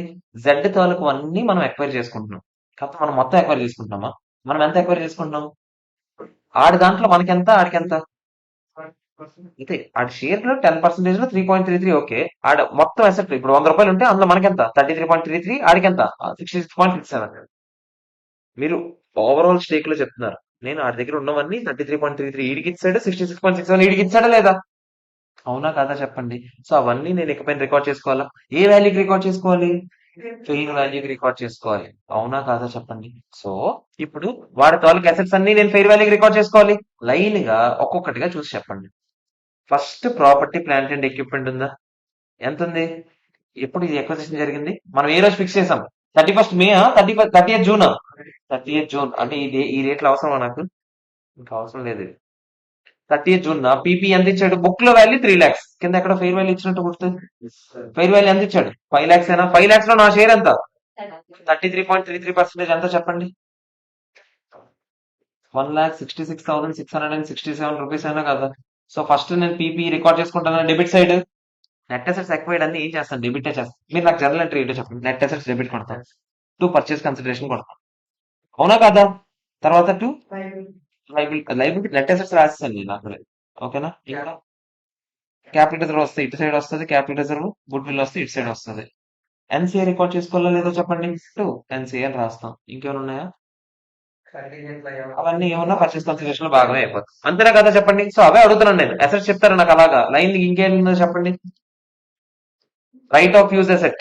ఈ రైట్ ఆఫ్ యూజ్ అసెట్ గురించి లీజెస్ లో నేర్చుకుందాం. అది ఒక అసెట్ అనుకోండి ప్రస్తుతానికి. ఎంత ఉంది? 20,000. దాని గురించి ఏదో ఫెయిర్ మార్కెట్ వాల్యూ ఇచ్చాడా? లేదు. 20,000 మీద ఎంత చెప్పండి. 20,000 మీద ఎంత? 33.33% ఎంత చెప్పాలి? 6,667 డెబిట్ కొడతామా లేదా? అలా మీరు పైన చూసి చెప్పంటారు. నేను మళ్ళీ పైకి వెళ్ళలేకపోతున్నా. డెవలప్మెంట్ కి మనకు ఫెయిర్ వాల్యూ ఇచ్చాడు కదా, ఎంత ఇచ్చాడు? 2 lakhs. 2 lakhs మీద ఎంత? 33.33% ఎంత? 66,667 రూపీస్ అన్నా? అవునా కాదా చెప్పండి. నెక్స్ట్ లైన్ గా ఇవన్నీ మామూలుగా నాకు టోటల్ చేసి ఒక పని చేయండి. అవన్నీ టోటల్ చేసి డైరెక్ట్ దీని మీద ఎంత వేసేయచ్చు? 33.33 వేసేయచ్చా లేదా? కానీ క్యాష్ లో నాకు సంబంధం లేదని చెప్పాడు కదా. కింద గుర్తుందా? అక్కడ ఏం చెప్పారు చూడండి. ఎక్స్ కి ఎక్కడో చెప్పాడు క్యాష్ అండ్ క్యాష్ ఈక్వలెంట్స్ తో సంబంధం లేదని. ఎక్కడ?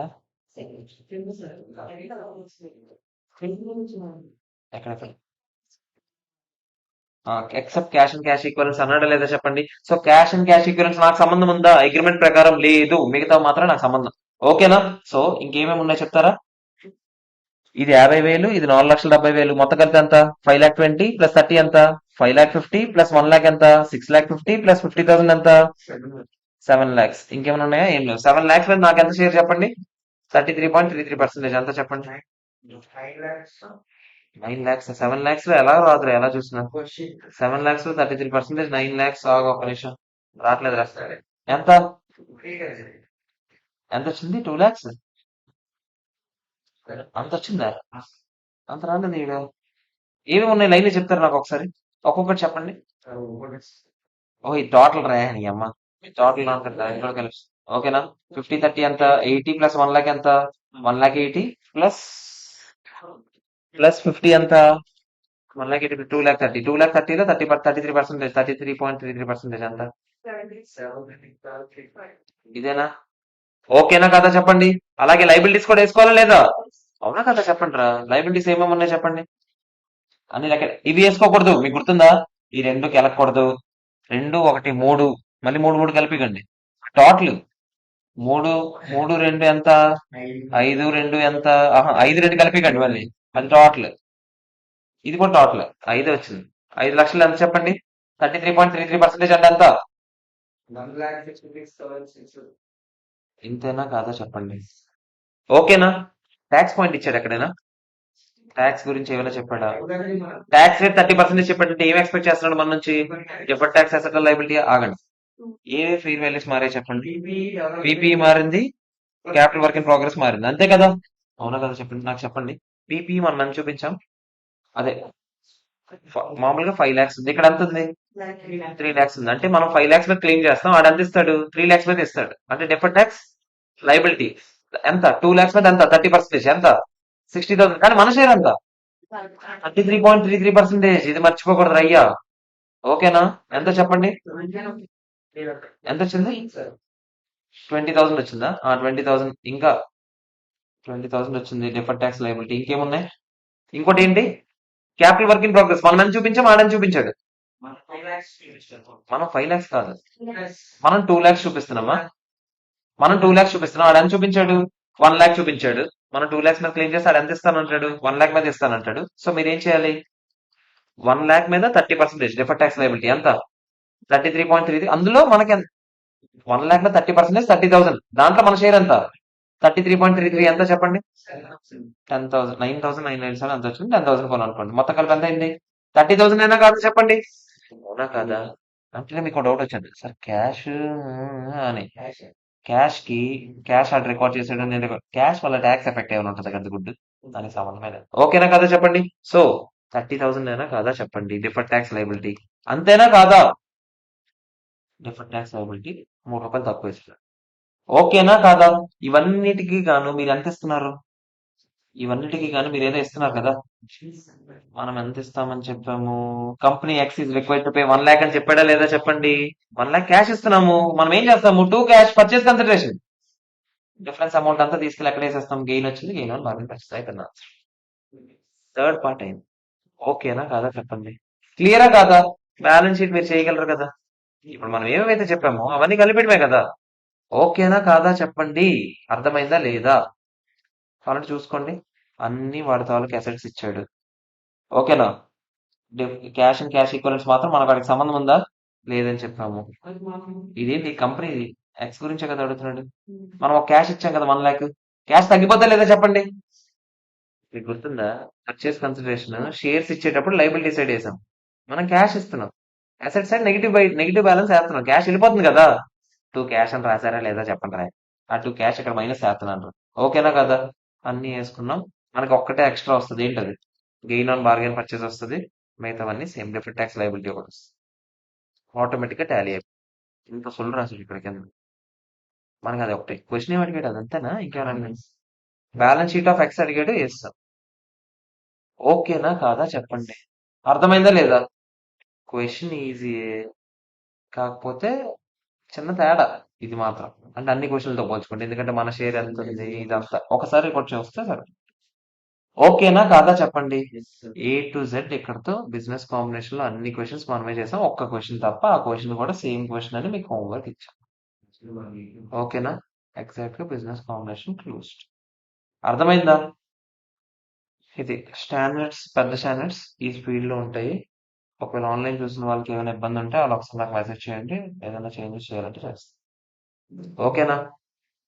ఓకే కదా, క్లియర్ కదా. ఇప్పుడు స్కోర్ చేయగలమా లేదా చెప్పండి. బిజినెస్ కాంబినేషన్ లో మనం స్కోర్ చేసుకోవచ్చు. ఓకేనా?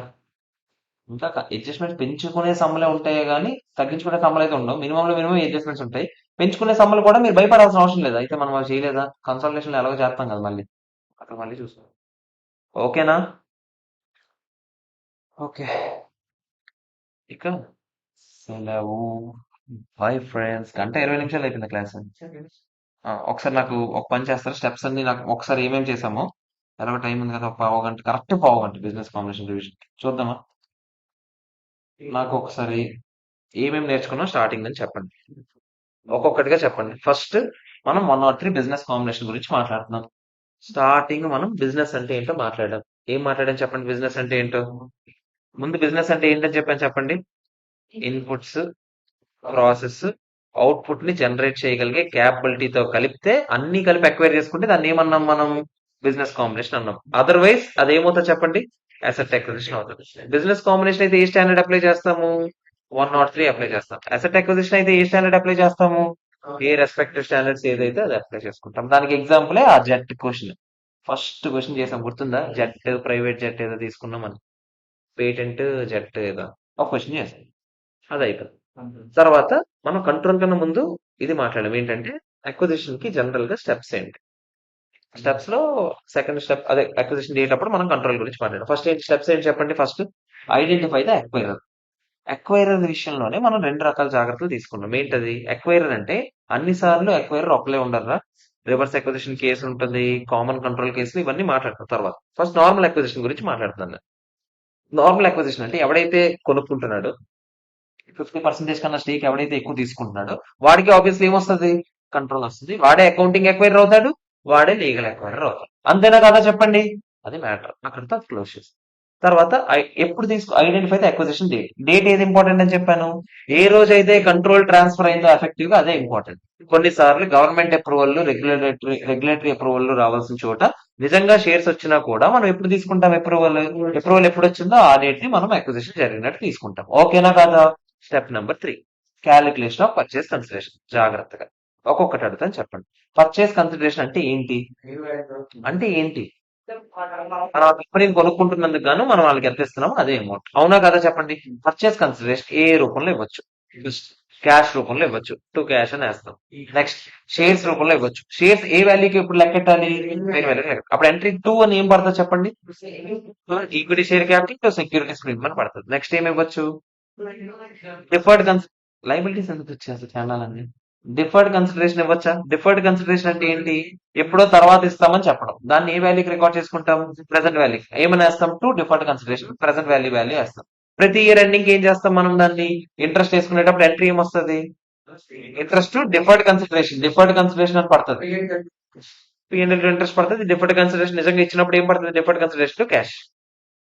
Okay, happy. తర్వాత ఏంటి? Contingent consideration. కంటింజెంట్ కన్సిడరేషన్ ఎలా రికార్డ్ చేసుకుంటాం? ఫెయిర్ వాల్యూకి రికార్డ్ చేసుకుంటాం. ఫెయిర్ వాల్యూ ఆడే ఇస్తాడు జనరల్ గా క్వశ్చన్ లో.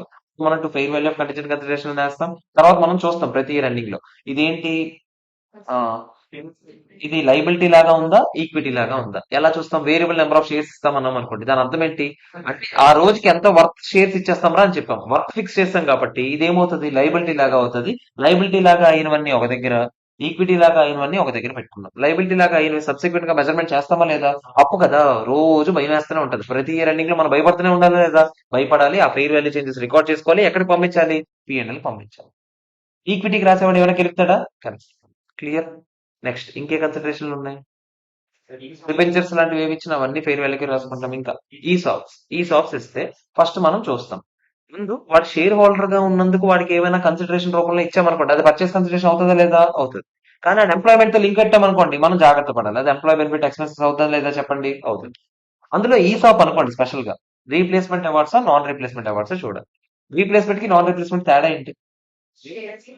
రీప్లేస్మెంట్ అవార్డ్స్ అంటే వాడి షేర్స్ ఇవ్వద్దు, మనం ఇస్తామని చెప్పాం. ఫ్యూచర్ మనకు భయం వేస్తుంది ఎన్సీ వస్తుందని, అంత భయం అయింది. కానీ నాన్ రీప్లేస్మెంట్ అవార్డ్స్ అనుకోండి, ఎవరి షేర్స్ వస్తాయి? వాడి షేర్స్ వస్తాయి.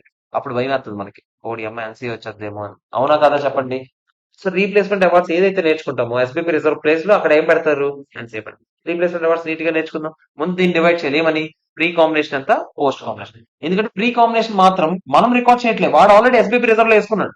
అందుకని మనం అదంతా తీసుకెళ్ళి ఎక్కడేస్తాము? పర్చేస్ కన్సిడరేషన్ భాగంగా తీసుకుంటాం. 2 ఎస్బీపీ రిజర్వ్ అని వేస్తాం. పోస్ట్ కాంబినేషన్ అంతా మనం ఎక్కడ చూపిస్తాము? మన బుక్స్ లో ఎప్పుడు చూపించుకుంటాము? తర్వాత ఇయర్ బట్టి ఎన్ని ఇయర్స్ ఉంటే అన్ని ఇయర్స్ చూపించుకుంటాం.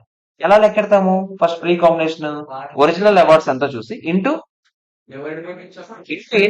ఏంటి first expired period divided by higher of original vesting period or new vesting period. Remaining vesting period కాదు, revised new vesting period whichever is న్యూది ఎలా లెక్కెడతాం చెప్పండి? పోస్ట్ కాంబినేషన్ కొత్త అవార్డు ఎంత ఉందో, కొత్త అవార్డు ఎంత ఉందో తీసుకొని మైనస్ ప్రీ కాంబినేషన్ మైనస్ చేస్తాం. ఓకేనా కదా చెప్పండి? తర్వాత లైబిలిటీస్. మనకి ప్రీ ఎగ్జిస్టింగ్ లైబిలిటీస్ ఏమైనా ఉన్నాయి, ఆడికి మీకు ఏమైనా అక్రమ సంబంధాలు ఉన్నాయనుకోండి, అది కాంట్రాక్చువల్ అక్రమ సంబంధమా నాన్ కాంట్రాక్చువల్ అక్రమ సంబంధమా చూస్తాం. కాంట్రాక్చువల్ అనుకోండి, అది నాన్ కాంట్రాక్చువల్ అనుకోండి, అసలు మనకి ఎక్కడ చూపించమో మనకి ఏం సంబంధమే లేదు, డైరెక్ట్ మనం ఏం చేస్తాం చెప్పండి, పిఎన్ఎల్ టు క్యాష్. అంటే పర్చేస్ కన్సిడరేషన్ ఈ అమౌంట్ ఏం చేయాలి, మైనస్ చేసి. పర్చేస్ కన్సిడరేషన్ 100 కోట్లు ఇచ్చామనుకోండి, అందులో 2 కోట్లు నాన్ కాంట్రాక్చువల్ లైబిలిటీ కోసం ఇచ్చాం, సో అది తీసేసి మిగతాది మాత్రం పర్చేస్ కన్సిడరేషన్.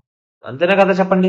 కానీ ప్రీ ఎగ్జిస్టింగ్ లైబిలిటీ అయితే మనం ఏం చూస్తాము, కాంట్రాక్చువల్ లైబిలిటీ అనుకోండి, మనం ఏం చూస్తాం చెప్పండి, ఫస్ట్ పెనాల్టీ అమౌంట్ ఎంత లెక్కెడతాం, ఇది కాంట్రాక్ట్ క్యాన్సిల్ చేయడానికి పెనాల్టీ అమౌంట్ ఎంత లెక్కెడతాం. ఇంకోటి ఏం లెక్కెడతాము, ఇది ఈ రోజు మార్కెట్ లోకి అమ్మితే ఫెయిర్ వాల్యూ ఎంత వస్తుంది, ఎక్స్ట్రాగా ఎంత వస్తుందో చూస్తాం, వాడికి ఇచ్చేది వాడి నుంచి వచ్చేది కాకుండా ఎక్స్ట్రా ఎంత వస్తుందో చూస్తాం, విచ్ ఎవర్ ఇస్ లోవర్ తీసుకుంటాం. లోవర్ తీసుకొని మనం ఏం చేస్తాం, ఆ అమౌంట్ పర్చేస్ కన్సిడరేషన్ మైనస్ చేస్తాం. దానికి direct entry to PNL to cash. ఓకేనా, ఇది ఇక్కడ తర్వాత అక్కడికి అది అయిపోయిన తర్వాత పర్చేస్ కన్సిడరేషన్ అయిపోయినట్టుంది. నెక్స్ట్ స్టెప్ ఏంటి చెప్పండి, calculation of net assets. Net assets వాడివన్నీ ఏ వాల్యూకి రికార్డ్ చేసుకుంటాం, ఫెయిర్ వాల్యూ. కొన్ని వాడు చూపించినవి కూడా చూపిస్తాం, ఏంటంటే చెప్పండి, కంటింజెంట్ లైబిలిటీ మనం ఏం చూపిస్తాం, లైబిలిటీ కింద చూపిస్తాం, ఏ వాల్యూకి, ఫెయిర్ వాల్యూకి. Next indemnification asset. Indemnification asset అంటే వాడు కొంచెం లైబిలిటీని ఇండెమ్నిఫై చేస్తానని చెప్పాడు, మాట ఇచ్చాడు, ఎంతవరకు రికార్డ్ చేస్తాం చెప్పండి, ఎంతవరకు రికార్డ్ చేస్తాము, లైబిలిటీ ఎంతవరకు రికార్డ్ చేస్తాం, మాక్సిమం అంతవరకు రికార్డ్ చేస్తాం. ఇంకా డిటిఎల్ వస్తాయి, చెక్ చేసుకుంటాం. ఇంకా ఇంటాంజిబుల్ అసెట్స్ వాడు చూపించకపోవచ్చు, కొన్ని రికాగ్నిషన్ క్రైటీరియా మీట్ అవ్వడం వల్ల మనం చూపిస్తాం లేదా చెప్పండి, చూపించేస్తాం. ఇంకా రీఎక్విజిషన్ రైట్స్ కూడా మనం ఫెయిర్ వాల్యూ చూపిస్తాం లేదా చెప్పండి, చూపిస్తాం. ఇంకా అన్ని మాక్సిమం అన్ని అయిపోయాయి. ఓకేనా కదా చెప్పండి. నెక్స్ట్ స్టెప్ ఏంటి, ఎన్సీఏ క్యాలిక్యులేషన్. ఎన్సీఏ ఎలా లెక్క, ఎన్సీఏ అంటే ఎవరు,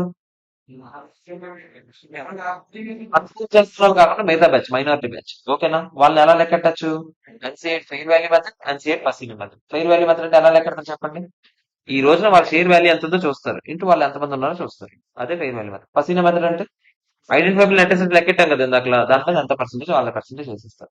ఓకేనా, ఎన్సీఐ క్రెడిట్ సైడ్ పడుతుందా, అది ఎక్కడ కనిపిస్తుంది చెప్పండి, క్రెడిట్ సైడ్ టు ఎన్సీఐ అని వేస్తారు. ఓకేనా కదా చెప్పండి. ఎన్సీఐ ఒకవేళ ఫెయిర్ వాల్యూకి లెక్కెట్టారు అనుకోండి, వచ్చిన goodwill full goodwill partial goodwill, F P అని గుర్తుపెట్టుకోండి. లాజిక్ కూడా మీకు తెలుసు. ఓకేనా కదా, ఫెయిర్ వాల్యూకి లెక్కెడితే ఫుల్ గుడ్ విల్, ప్లస్ లెక్కెడితే partial goodwill. Partial goodwill అంటే ఎవరి షేర్ ఉంది, ఓన్లీ ఓన్లీ మన షేర్ మాత్రమే ఉంది. ఈక్విటీ ఏంటి ఛానల్, అక్వైరర్ షేర్ మాత్రమే ఉంది. ఫుల్ గుడ్ విల్ అంటే ఎవరెవరి షేర్ ఉంది, నా షేర్ ఉంది, ఎన్సీఐ షేర్ ఉంది. ఓకేనా కదా. గుడ్ విల్ ని ప్రతిసారి అమౌంటైజ్ చేస్తాం చేయమా, చేయకూడదు. కానీ ఏం చేస్తాము, ఇంపైర్మెంట్ లాస్ కోసం చెక్ చేస్తాం. ఓకేనా కదా చెప్పండి. ఇంకా అది అక్కడికి వెళ్ళిపోయాం, అక్కడే అది కాకుండా ఎన్సీఐ అయిపోయింది, తర్వాత ఏంటి, ఎన్సీఐ అయిపోయిన తర్వాత good will or capital reserve ఎలా లెక్కెడతాం, పర్చేస్ కన్సిడరేషన్ లో ఆగండి, ఒకటి వదిలేసాం. పర్చేస్ కన్సిడరేషన్ లో స్టెప్ అప్ అక్విజిషన్ గురించి మాట్లాడాలి కదా. స్టెప్ అప్ అక్విజిషన్ అంటే ఏంటి, ప్రీవియస్ గా కొంచెం స్టేక్ వస్తే తర్వాత నీకు రాబోయింది, అప్పుడు నీకు అక్విజిషన్ డేట్ ఏమవుతుంది, ఏ రోజైతే నీకు మొత్తం స్టేక్ వచ్చింది అప్పుడే వస్తుంది. స్టెప్ అప్ అక్విజిషన్ అప్పుడు మీరు ఏం చేయాలి చెప్పండి, ప్రీవియస్ హెల్డ్ ఇంట్రెస్ట్ ఏ వాల్యూకి మెజర్ చేయాలి, ఫెయిర్ వాల్యూకి మెజర్ చేయాలి.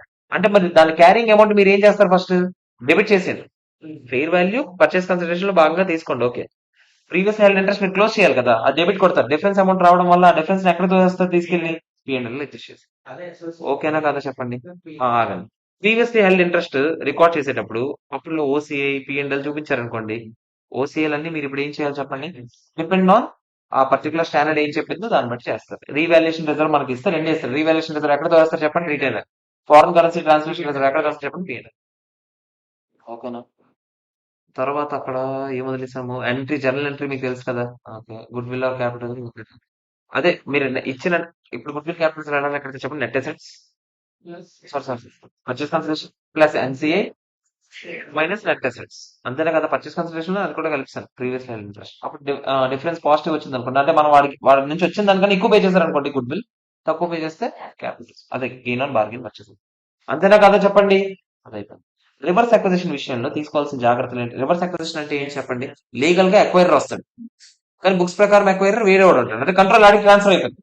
ఓకేనా, వాడికి మన షేర్స్ ఇవ్వడం వల్ల, మనకన్నా ఎక్కువ షేర్స్ ఇచ్చడం వల్ల వాడి కంట్రోల్ ఉంది. రివర్స్ అక్విజిషన్ కేసైనా అప్పుడు మనం ఏ జాగ్రత్తలు తీసుకోవాలి చెప్పండి, ఎన్సీ వస్తుందా, రాదు. ఇంకేం చెప్పాము, ఇప్పుడు అకౌంట్స్ ప్రకారం ఎక్వైరీ ఇంపార్టెంట్, వాడవన్నీ బుక్ వాల్యూస్ చూపించుకుంటారు, అవతలవన్నీ ఫెయిర్ వాల్యూస్ చూపించారు. షేర్ పర్చేస్ కన్సిడరేషన్ ఎలా లెక్కెట్టాలో మీకు గుర్తుందా, మనకైతే ఎంత ఇచ్చుండే వాళ్ళమో అని లెక్కెట్టి దాన్ని బట్టి తీసుకుంటాం. బయట డినోమినేషన్ మాత్రం ఎవరి షేర్స్ కనిపిస్తాయి, వాళ్ళ షేర్స్ కనిపిస్తాయి. ఓకేనా కదా చెప్పండి. నెక్స్ట్ కామన్ కంట్రోల్ ట్రాన్సాక్షన్స్ అంటే ఏంటో చెప్పండి.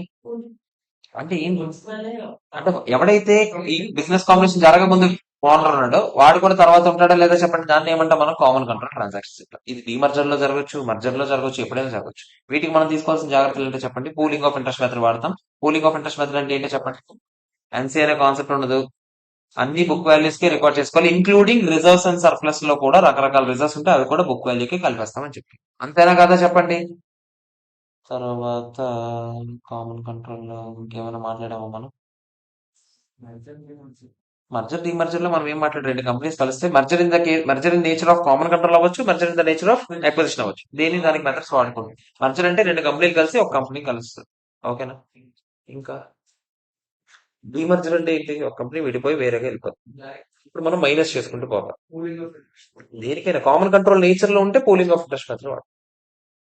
ఇంకా మీకు గుర్తుంటే పర్చేస్ కన్సిడరేషన్ చూసేటప్పుడు అది డీమర్జర్ మర్జర్ అప్పుడు షేర్ హోల్డర్ కి ఏదైనా డీమర్జర్ జరుగుతుంది, కంపెనీ ఉంది, కంపెనీ నుంచి డివిజన్ బయటికి వెళ్ళిపోయింది, ఈ కంపెనీ అన్ని మైనస్ చేసుకుంటుంది కదా, ఈ కంపెనీకి ఏమి డబ్బులు రావు అని ఒక కేసు మనం చదివానన్న.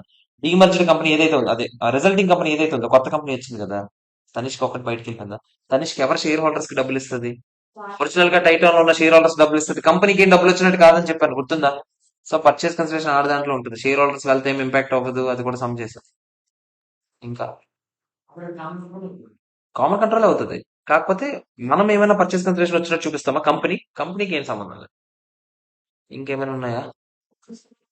అదే 1 ఇయర్, అదే మెజర్మెంట్ పీరియడ్ అనే పీరియడ్ ఉంటది. అంటే ఎప్పుడు అది బిజినెస్ కాంబినేషన్ జరిగిన 1 ఇయర్ లోపు ఏదైనా చేంజెస్ జరిగాయి అనుకోండి, అవి కనుక ఒకవేళ రిఫ్లెక్ట్ చేస్తుంది, దేని రిఫ్లెక్ట్ చేస్తుంది? ఆ ఎక్విజిషన్ డేట్ రోజు జరిగిన ఈవెంట్స్ ని రిఫ్లెక్ట్ చేస్తుంది అనుకోండి, అప్పుడు మనం దాన్ని అడ్జస్ట్ చేయాలి. దేంతో? Good will or capital reserve మారుతుంది, ఎన్సీఏ మారిపోద్ది, పసీనా మెథడ్ వాడున్న వాళ్ళకి ఎన్సీఏ కూడా మారుతుంది, అప్పుడు ఆ ఎసెట్ కూడా మారుతుంది. అదే ఒకవేళ సంబంధం లేని ఈవెంట్ అనుకోండి, మనం డైరెక్ట్ గా ఆ పర్టికులర్ స్టాండర్డ్ ఏం చెప్తే చేస్తాం. ఇక్కడే కామన్ కంట్రోల్ ట్రాన్సాక్షన్స్ లో మనం ఏం చేస్తాం, కామన్ కంట్రోల్ అప్పుడు గుడ్ విల్ అనే కాన్సెప్ట్ ఉండదు. ఎందుకు చెప్పండి, మనలో మనమే రీస్ట్రక్చరింగ్ చేసుకుంటున్నాం కాబట్టి.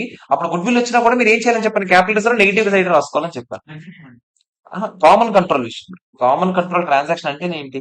పాత ఓనర్ కొత్త ఓనర్ ఒకటే, పాత ఓనర్ ఆడే అయినప్పుడు ఆడికాడే పే చేసుకోవడానికి గుడ్ విల్ అనే కాన్సెప్ట్ ఉంటుందా? ఉండదు కదా, అందుకనే క్యాపిటల్. ఇంకా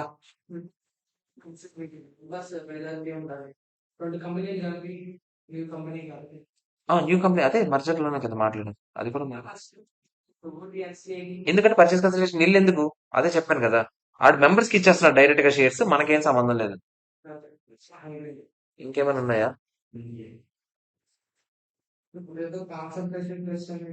అదే కాన్సన్ట్రేషన్ టెస్ట్ అంటే మనం చెప్పాం కదా. ఆ, అదొకటి ఉంది కదా, ఒక పంచాయత్ దాని గురించి థియరీ ఒక చిన్న పార్ట్ ఉంటుంది. అదే కదా ఇప్పుడు చెప్పాను నేను, మెజర్మెంట్ పీరియడ్ అని, ఎగ్జిస్టింగ్ నాన్ ఎగ్జిస్టింగ్ ఈవెంట్ అని, అదే చెప్పాం మనం. ఇంకోటి ఏది, ఒక నిమిషం, అది మిగిలింది కదా లాస్ట్ లో, అది ఏం లేదు, ఒక నిమిషం. థియరీ నోట్స్ ఉన్నాయి కదండి, పేజ్ నెంబర్ చెప్తారా నాకు ఒకసారి? ఓకే, వచ్చి దొరికింది.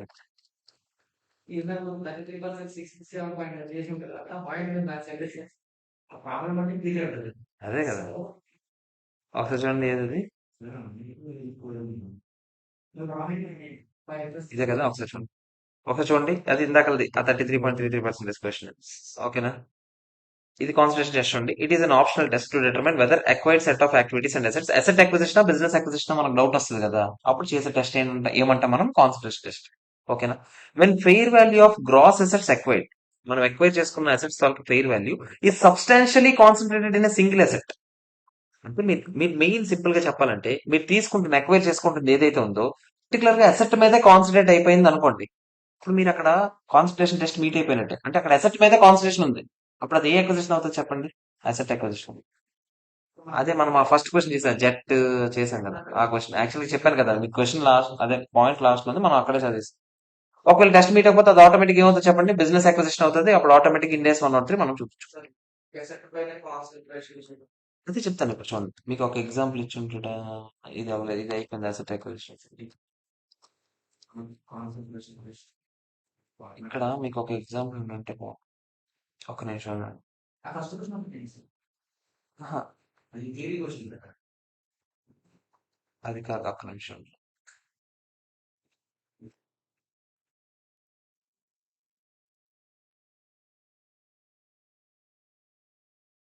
ఉమ్, ఇక్కడ చూడండి ఒకసారి చూడండి. దాని మీనింగ్ ఏంటో చెప్తాను చూడండి. ఇప్పుడు ఫర్ ఎగ్జాంపుల్ మీరు ఒక 10 అసెట్లు వాళ్ళ దగ్గర నుంచి కొను, ఇది వేరు, అది వేరు. అదేంటి, అది అసెట్ అక్విజిషన్, అది మామూలుగా అది మీరు చేస్తారు కదా, సెట్ ఆఫ్ యాక్టివిటీస్ ఏమవుతుందో చూస్తారు. దానికన్నా ముందు స్టెప్ అనమాట కాన్సన్ట్రేషన్ టెస్ట్. ఆప్షనల్, చేస్తే చేయొచ్చు లేకపోతే లేదు. ఇదేంటంటే మీరు ఫర్ ఎగ్జాంపుల్ ఒక 10 అసెట్లు ఎక్వైర్ చేస్తున్నారు వేరే కంపెనీ నుంచి. వన్ పాయింట్ చూడండి, 10 అసెట్లు ఎక్వైర్ చేస్తుంది. ఆ 10 అసెట్ల వాల్యూ యాక్చువల్ గా సబ్స్టాన్షియల్ గా ఒక అసెట్ మీద మన ఫోకస్ అంతా, మిగతా 9 అసెట్లు ఏదో ఇన్సిడెంటల్ గా మన చేతికి వచ్చాయి. మీరు ఆ కంపెనీలో గ్రాస్ అసెట్స్ అన్ని ఎక్వైర్ చేస్తారు. మీరు ఓన్లీ ఒక్క అసెట్ ఎక్వైర్ చేస్తే మీరు ఏమంటారు, అసెట్ అక్విజిషన్ అంటారు. ఎలాగో ఒకటో రెండో చేస్తే అన్ని అసెట్స్ ఎక్వైర్ చేస్తారు. కానీ ఇక్కడ యాక్చువల్గా అన్ని అసెట్స్ ఎక్వైర్ చేయడం నా మెయిన్ రీజన్ ఒకటే అసెట్ మీద కాన్సన్ట్రేషన్ అంతా. ఓకేనా? అప్పుడు ఒకటే అసెట్ మీద కాన్సన్ట్రేషన్ అనుకోండి, అప్పుడు ఇది ఏమవుతుంది, కాన్సన్ట్రేషన్ టెస్ట్ మీట్ అయినట్టు. మీట్ అయితే అది ఏమవుతుంది, అసెట్ అక్విజిషన్ అవుతుంది. అంటే మీనింగ్ ఏంటో చెప్తాను. అది ఎలా, ఆ టెస్ట్ ఎలా చేస్తారు చూడండి.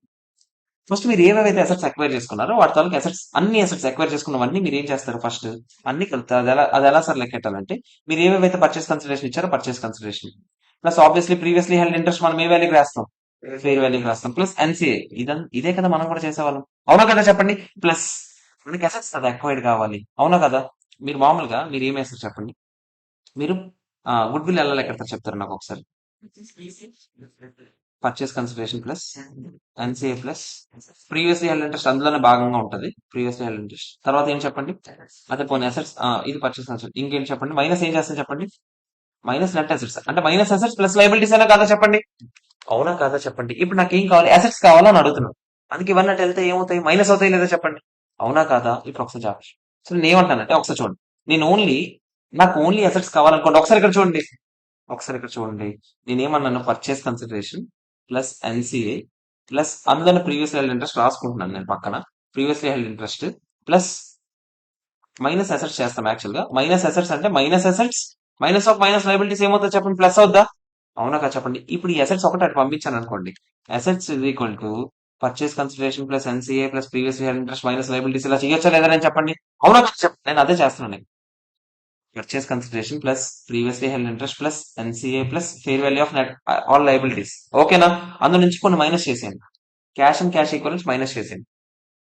అన్ని అసెట్స్ లో ఇప్పుడు మీకు వచ్చేసిన, ఇప్పుడు మీకు ఏమొస్తాయి, అన్ని అసెట్స్ ఎక్వైర్, ఏవేవైతే అసెట్స్ ఎక్వైర్ చేసుకున్నా అవన్నీ వచ్చేస్తాయి. అందులో క్యాష్ తీసేయండి, క్యాష్ అండ్ క్యాష్ ఈక్వలెంట్స్. అలాగే డిఫర్డ్ ట్యాక్స్ అసెట్ ఏదైనా ఉన్నా అది కూడా తీసేయండి. ఓకేనా? అక్కడ లైబిలిటీస్ లో కూడా డీటీఎల్ తీసేయండి, అసెట్స్ లో కూడా డీటీఏ తీసేయండి. అదర్ దాన్ డిటిఎల్ అంటే డిటిఎల్ కాకుండా మిగతావే తీసుకోండి అంటాను నేను. ప్లస్ కదా ఇది మైనస్ కదా. నేనేమంటున్నాను, మీరు యాడ్ చేసేటప్పుడు కాదు, డిటిఎల్ అసలు పట్టించుకోవద్దు అంటున్నాను. అంటే డిటిఎల్ పాయింట్ వదిలేయండి. అంటే లైబిలిటీస్ ఇప్పుడు నేను ఏం చేస్తున్నాను, యాడ్ చేస్తున్నానా, అంటే అప్పుడు డిటిఎల్ యాడ్ చేయాలి చేయకూడదు, చేయకూడదు. మరి అదే కదా ఇది చెప్పాడు, అదర్ దాన్ డిటిఎల్ అని. డిఫర్డ్ ట్యాక్స్ ఇప్పుడు మనకు గ్రాస్ అసెట్స్ వచ్చిందా, కానీ అందులో అన్ని అసెట్స్ ఉంటాయా, కానీ క్యాష్ అండ్ క్యాష్ ఈక్వెంట్స్ వద్దనేస్తున్నాను, డిటిఏ కూడా వద్దనేస్తున్నాను, అందుకే తీసేయమంటున్నాను. ఓకేనా కదా చెప్పండి. తీసేస్తే మనకి ఎంతో కొంత ఫిగర్ వస్తుందా. సో 10 లక్షలు వచ్చిందని అనుకుందాం. దీని మీనింగ్ ఏంటి, 10 లక్షల మీనింగ్ అన్ని గ్రాస్ అసెట్స్ తాలూకా వర్త్, మనం ఎక్వైర్ చేసుకున్న గ్రాస్ అసెట్స్ వర్త్ ఎంత, 10 లక్షలేనా, అవునా కదా చెప్పండి. ఇప్పుడు మీరు అన్ని అసెట్స్ ఎక్వైర్డ్ లో ఫెయిర్ వాల్యూ హైయెస్ట్ ఏది ఉందో చూడండి. దాని గురించి కదా మన భయం, ఈ అసెట్ గురించి మొత్తం అసెట్స్ తీసుకున్నామేమో అనే కదా భయం. సో ఫెయిర్ వాల్యూ ఏదైతే హయ్యర్ ఉందో ఆల్ అసెట్స్ లో, దాని తాలూకు ఫెయిర్ వాల్యూ ఎంత ఉందో చూడండి. ఓకేనా? దాని ఫెయిర్ వాల్యూ చూస్తారా. ఇప్పుడు మీరు ఏం చేస్తారంటే, దీని fair value for example 9 lakhs ఉందనుకో. ఎంత ఉంది, 9 lakhs. ఇప్పుడు నేను ఏం చేయాలి నెక్స్ట్ స్టెప్ లో, 9 lakhs దీని ఒక్కదాని ఫెయిర్ వాల్యూ, మొత్తం అన్నిటికీ కలిపి ఎంత నాకు అనుకున్నాం మనం, 10 lakhs. అంటే 9/10 ఇది ఒక్కదాని మీద ఎంత ఉంది, 90% ఉందా లేదా చెప్పండి. సబ్స్టాన్షియల్ గా ఉందా లేదా, ఉంది. అలాంటప్పుడు ఇది ఏమవుతుంది, అసెట్ అక్విజిషన్. సార్ ఎంత పర్సెంటేజ్ సార్ సబ్స్టాన్షియల్, మీ ఓన్ జడ్జ్మెంట్ మీది మీరు వాడుకోవచ్చు. అందుకే ఇది ఆప్షన్. ఓకేనా కదా చెప్పండి. కొంతమంది 70% సబ్స్టాన్షియల్ అనిపించవచ్చు, కొంతమందికి 80% సబ్స్టాన్షియల్ అనిపించవచ్చు. ఓకేనా కదా చెప్పండి. సింపుల్ గా చెప్పాలంటే అన్ని అసెట్స్ ఎక్వైర్డ్ తాలూకు మనం ఏం చేస్తాం చెప్పండి, ఫస్ట్ ఎలా కనుక్కున్నా చెప్పండి. అది first fair value of consideration transferred, అదే పర్చేస్ కన్సిడరేషన్. తర్వాత previous year interest fair value కలిపాము, తర్వాత ఎన్సీఏ కలిపాము, మైనస్ ఏం చేస్తాం చెప్పండి, లైబిలిటీస్ అన్ని ఫెయిర్ వాల్యూ అదే ప్లస్ లైబిలిటీస్ అన్ని యాడ్ చేస్తాము, మైనస్ ఏం చేస్తాం చెప్పండి, cash and cash equivalents DTA తీస్తాం. తీసిన తర్వాత మనకి ఏదైతే వచ్చిందో ఆ అమౌంట్ ఉంచాం. ఒకే ఒక్క ఫెయిర్ వాల్యూలో అన్నిటికన్నా హైయెస్ట్ అమౌంట్ ఏదైతే ఉందో ఆ అసెట్ చూసాం, ఆ అసెట్ డివైడెడ్ బై ఈ టోటల్ అసెట్ చేసాం. అది కనుక ఎక్కువ పర్సెంటేజ్ అనిపించింది అనుకోండి మనకి, అది asset acquisition. Concentration test meet అయినట్టు. మీట్ అయిందంటే కాన్సన్ట్రేషన్ అంతా దాని మీద ఉన్నట్టు. అప్పుడు అది ఏమవుతుంది? అసెట్ ఎక్విజిషన్ అవుతుంది. మిగతా కేసులో అది ఏమవుతుంది? Business acquisition. ఓకేనా కాదా? అర్థమైందా లేదా చెప్పండి. మిస్ అయిపోయింది. ఓకేనా? క్లియరా? ఇంకేమైనా వదులుతామా? అయితే అన్ని లైన్ గానే చెప్తాను. ఓకే. లెస్ ఉంటది అంటే అది పట్టించుకోద్దు అంటున్నాడు. ట్యాక్స్ లయబిలిటీస్, ట్యాక్స్ అసెట్స్ తీసేయండి. ఆడి దగ్గర నుంచి నువ్వు తీసుకుంటున్నా మిగతా అసెట్స్ వాల్యూ ఎంత అని తీసుకుంటా. డిటిఎల్ ఎందుకు వచ్చింది? ఫెయిర్ వాల్యూ చేంజెస్ వల్ల వచ్చింది. అంతేనా? నేను అంటుంది ఏంటి, నిజంగా వాడి దగ్గర నుంచి తీసుకున్న అసెట్ ఎంత చూడండి. ఆ అసెట్ బేస్ చూడండి. ఓకేనా కదా చెప్పండి. ఓకే చెప్పండి. ఉమ్. అసలు ఏమి తీసుకోవద్దు. డిటిఏ నువ్వు పట్టించుకోవద్దు. ఆ, అందుకే నేను లైబిలిటీస్ నేను యాడ్ చేసేటప్పుడు ఏం చేశాను చెప్పు ఇక్కడ. ఉంటే నేను తీసుకోను ఇంకా. ఇప్పుడు నేను ఏం చేశాను, ఆల్ తాలూకు లైబిలిటీస్ ఏనా, ఆల్ లైబిలిటీస్ తీసుకున్నానా, దాని మీద ఫెయిర్ వాల్యూ తీసుకున్నానా, అదర్ దాన్ డిటిఎల్ ఉన్నా పట్టించుకోద్దన్నా, నేను తీసుకోద్దన్నా. నేను డిటిఎల్ గురించి చెప్తున్నాను. ఫస్ట్ డిటిఎల్ తీసుకోద్దనేస్తున్నాను. డిటిఎల్ వాళ్ళ బుక్ లో ఉన్నా లేకపోయినా, మీరు క్రియేట్ చేద్దామని అనుకున్నా ఏది కూడా పట్టించుకోద్దు అసలు. అందుకని మైనస్ చేసేయండి. వాళ్ళ బుక్ లో ఉందనుకోండి మైనస్ చేస్తారు. మీరు అసలు క్రియేట్ చేయకండి. లెక్కెట్టడానికి ఈ కాన్సన్ట్రేషన్ టెస్ట్ చేయండి. వాళ్ళ బుక్ లో డిటిఏ ఉందిరా, మీరు మైనస్ చేసేయండి రా డిటిఏని. ఎందుకు మైనస్ చేసేయమంటున్నాను, ఎందుకంటే మీరు ఇవన్నీ కలిపినప్పుడు దీని వర్త్ గ్రాస్ అసెట్స్ కి ఇస్తున్నారు. కానీ ఆ అసెట్స్ లో కొన్ని డిటిఏ పోర్షన్ ఉంది, వాళ్ళ బుక్స్ లో రికార్డ్ చేశారు. అందుకని మైనస్ చేసేయమంటున్నాను. ఓకేనా కదా చెప్పండి. DTA detail discussion. DTA detail ఏం చెప్పని చెప్పండి. నేను ఒకసారి ట్యాక్స్ బేస్ క్యారింగ్ అమౌంట్ చెప్తున్నాను, ఒకసారి చూడండి. ఫర్ ఎగ్జాంపుల్ ట్యాక్స్ బేస్ వాడి బుక్స్ లో క్యారింగ్ అమౌంట్ బ్యాలెన్స్ షీట్ లో ఇచ్చాడు అనుకో, అప్పుడు అసలు క్యారింగ్ అమౌంట్ ట్యాక్స్ బేస్ అని అనేసుకుంటాం మనం సింపుల్ గా. అందుకని కొంచెం కష్టం చేస్తున్నాం. ఫెయిర్ వాల్యూ ఇది ఆడ బుక్స్ లో ₹1000 ఉంది. అసెట్ గురించి మాట్లాడుతున్నాను నేను. తర్వాత లైబిలిటీ గురించి వాడి బుక్స్ లో ₹1000 ఉంది. ట్యాక్స్ బేస్ లో 900 ఉంది. ట్యాక్స్ బేస్ లో ఆడు ఇచ్చాడు అనుకో, క్లియర్ గా ఆడిస్తే తెలుస్తుంది, లేకపోతే మనకు తెలియదు. ఆడు ఇవ్వలేదు అనుకో, మనం ఏమనుకుంటాం, ఈ క్యారింగ్ అమౌంట్ ట్యాక్స్ బేస్ అనుకో. ఆడు చెప్పాడు అనుకో 900 ఉందని, 900. ఫెయిర్ వాల్యూ ఏమో నేను 1500 అని రాశాను. మీరు ఏం చూస్తారు, ఇది చూస్తారు, ఎక్కువైనా చూడరు. డైరెక్ట్ గా ఏం చూస్తాం, ట్యాక్స్ బేస్ లో 900 ఉంది. మనం ఎంత క్లెయిమ్ చేస్తాం, 1500 క్లెయిమ్ చేస్తాం. ఆడు ఎంత ఇస్తాడు, 900 ఇస్తాడు. అప్పుడు ఇది ఏమవుతుంది, ఎంత అవుతుంది, 600 మీద ఎంత పర్సెంటేజ్ అయితే అంత పర్సెంటేజ్. ఓకేనా? రివర్స్ కేసు ఆలోచిద్దాం. 1500, 600. మనం 600 అడుగుతాం, ఆడు ఎంత ఇస్తానంటున్నాడు, 1500 ఇస్తానంటున్నాడు. అసెట్టేనా, ట్యాక్స్ అసెట్. ట్యాక్స్ బేస్ తో కంపేర్ చేసుకోవాలి. ట్యాక్స్ బేస్ ఇవ్వకపోతే క్యారింగ్ అమౌంట్ ట్యాక్స్ బేస్. లైబిలిటీకి మీకు ఎలా ఆలోచించమని చెప్పాను, ఫస్ట్ అసెట్ ఆలోచించి రివర్స్ చేసి.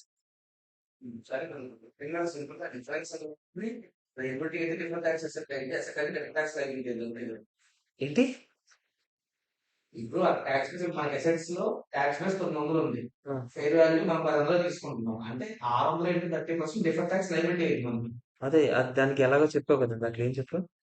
అక్కడ అసెట్ క్యాలిక్యులేషన్స్ వచ్చినా డిఫరెంట్ ట్యాక్స్ లైబిలిటీ అనుకుంటాం. ఇక్కడ అసెట్ ఉంటాయా, అలాగే అలా గట్టిగా చేసి ఎందుకు, ఇక్కడ లాజిక్ చెప్తున్నాను కదా నేను, అదే చూడంటున్నాను.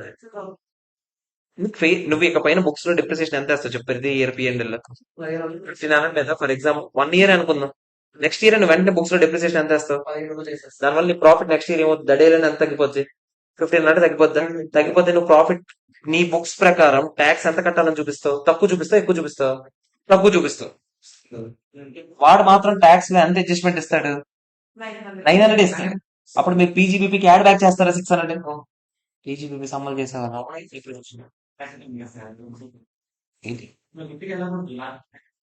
అందుకే గుడ్డికి వెళ్ళదండి, లాజిక్ చెప్తున్నాను నేను. ఏమంటున్నాను, 900 ఇప్పుడు ఏమన్నాను, ఆడు 900 ఎలా చేస్తాడు, అప్పుడు ఆడి ప్రకారం ప్రాఫిట్ ఏమవుతుంది, ఎక్కువ వస్తుంది. అవునా కాదు, ప్రకారం ఎక్కువ వస్తుంది అన్నప్పుడు వాడి ప్రకారం మనం ఏం చేస్తాం చెప్పండి, ప్రాఫిట్ ట్యాక్స్ ఎక్కువ కడతామా. బుక్స్ ప్రకారం ట్యాక్స్ కట్టాల్సింది ఎంత వచ్చింది, ఇప్పుడు ఫర్ ఎగ్జాంపుల్ మనకి సేల్స్ 10,000 అనుకుందాం, ఎక్స్పెండిచర్ ఇది ఒక్కటే ఉందనుకో, ఏమవుతుందో చెప్తున్నాను. బుక్స్ ప్రకారం 10,000 వేస్తారు, ఇటు సైడ్ ఎంత వేస్తారు, 1500 వేస్తారు. ప్రాఫిట్ ఎంత, 8,500. ట్యాక్స్ రేట్ ఫర్ ఎగ్జాంపుల్ 30% అనుకోండి, ఎంత 2550 వచ్చిందా? అంతేనా కదా చెప్పండి. ఇది కరెంట్ ట్యాక్స్ ఎక్స్పెన్స్, మీరు బుక్ చేసిన ఎక్స్పెన్స్. అవునా కదా చెప్పండి. కానీ పిఎంఎల్ అది పీజీపీ ప్రకారం మనం ఏం చేస్తాడు చెప్పండి. 10,000 ఇస్తాడు సేల్స్ కి. ఇక్కడ 1500 ఇవ్వడంట. ఎంత ఇస్తాడు? 900 ఇస్తాడంట. అప్పుడు అటు ప్రకారం ప్రాఫిట్ ఎంత అవుద్ది? 9100. చిన్నారి 9100 ఇస్తాడా? 9100 మీద ఎంత కట్టాలి మీరు అంటే ఎంత చెప్పండి? 7. అంటే మీరు ఇది కట్టాలా లేదా గవర్నమెంట్ కి? క్యాష్ ఎంత పడుతుంది? 730. పిఎన్ఎల్ అకౌంట్ కి ఎంత డెబిట్ అయింది? మన బుక్స్ లో వేసింది ఎంత? 2550. అవునా కదా చెప్పండి. ఈ అమౌంట్ ఎక్కడి నుంచి వచ్చింది మీకు గుర్తుంటే డిటిఎల్ అన్న ఒకటి తగలడిందా? 600 మీద 30% ఎంత? 180. డిటిఎల్ ఇప్పుడు క్లోజ్ అవుతా? ఏమవుతుంది? డెబిట్ అవుతుంది డిటిఎల్. 180 వేయండి. చూడండి ఒకసారి చెక్ చేయండి. ఇప్పుడు ఫ్యూచర్ లో జరగబోయేది అనమాట. 2550 ప్లస్ వేయాలి. 180 ఎంత వచ్చింది? సరిపోయింది కదా. అదే చెప్పాను. అర్థమైంది ఫ్యూచర్ లో ఏం జరుగుతుందో. ఓకేనా? కాబట్టి మనం ముందే ట్యాక్స్ కట్టాల్సింది ప్రొవిజన్ కింద రాసుకున్నట్టు ఇది. అంతే కదా సార్? మరి నువ్వు ఇక్కడ వరకే అర్థం చేసుకో. తర్వాత ఇండస్ట్రీ వల్ల మనం మాట్లాడదాం.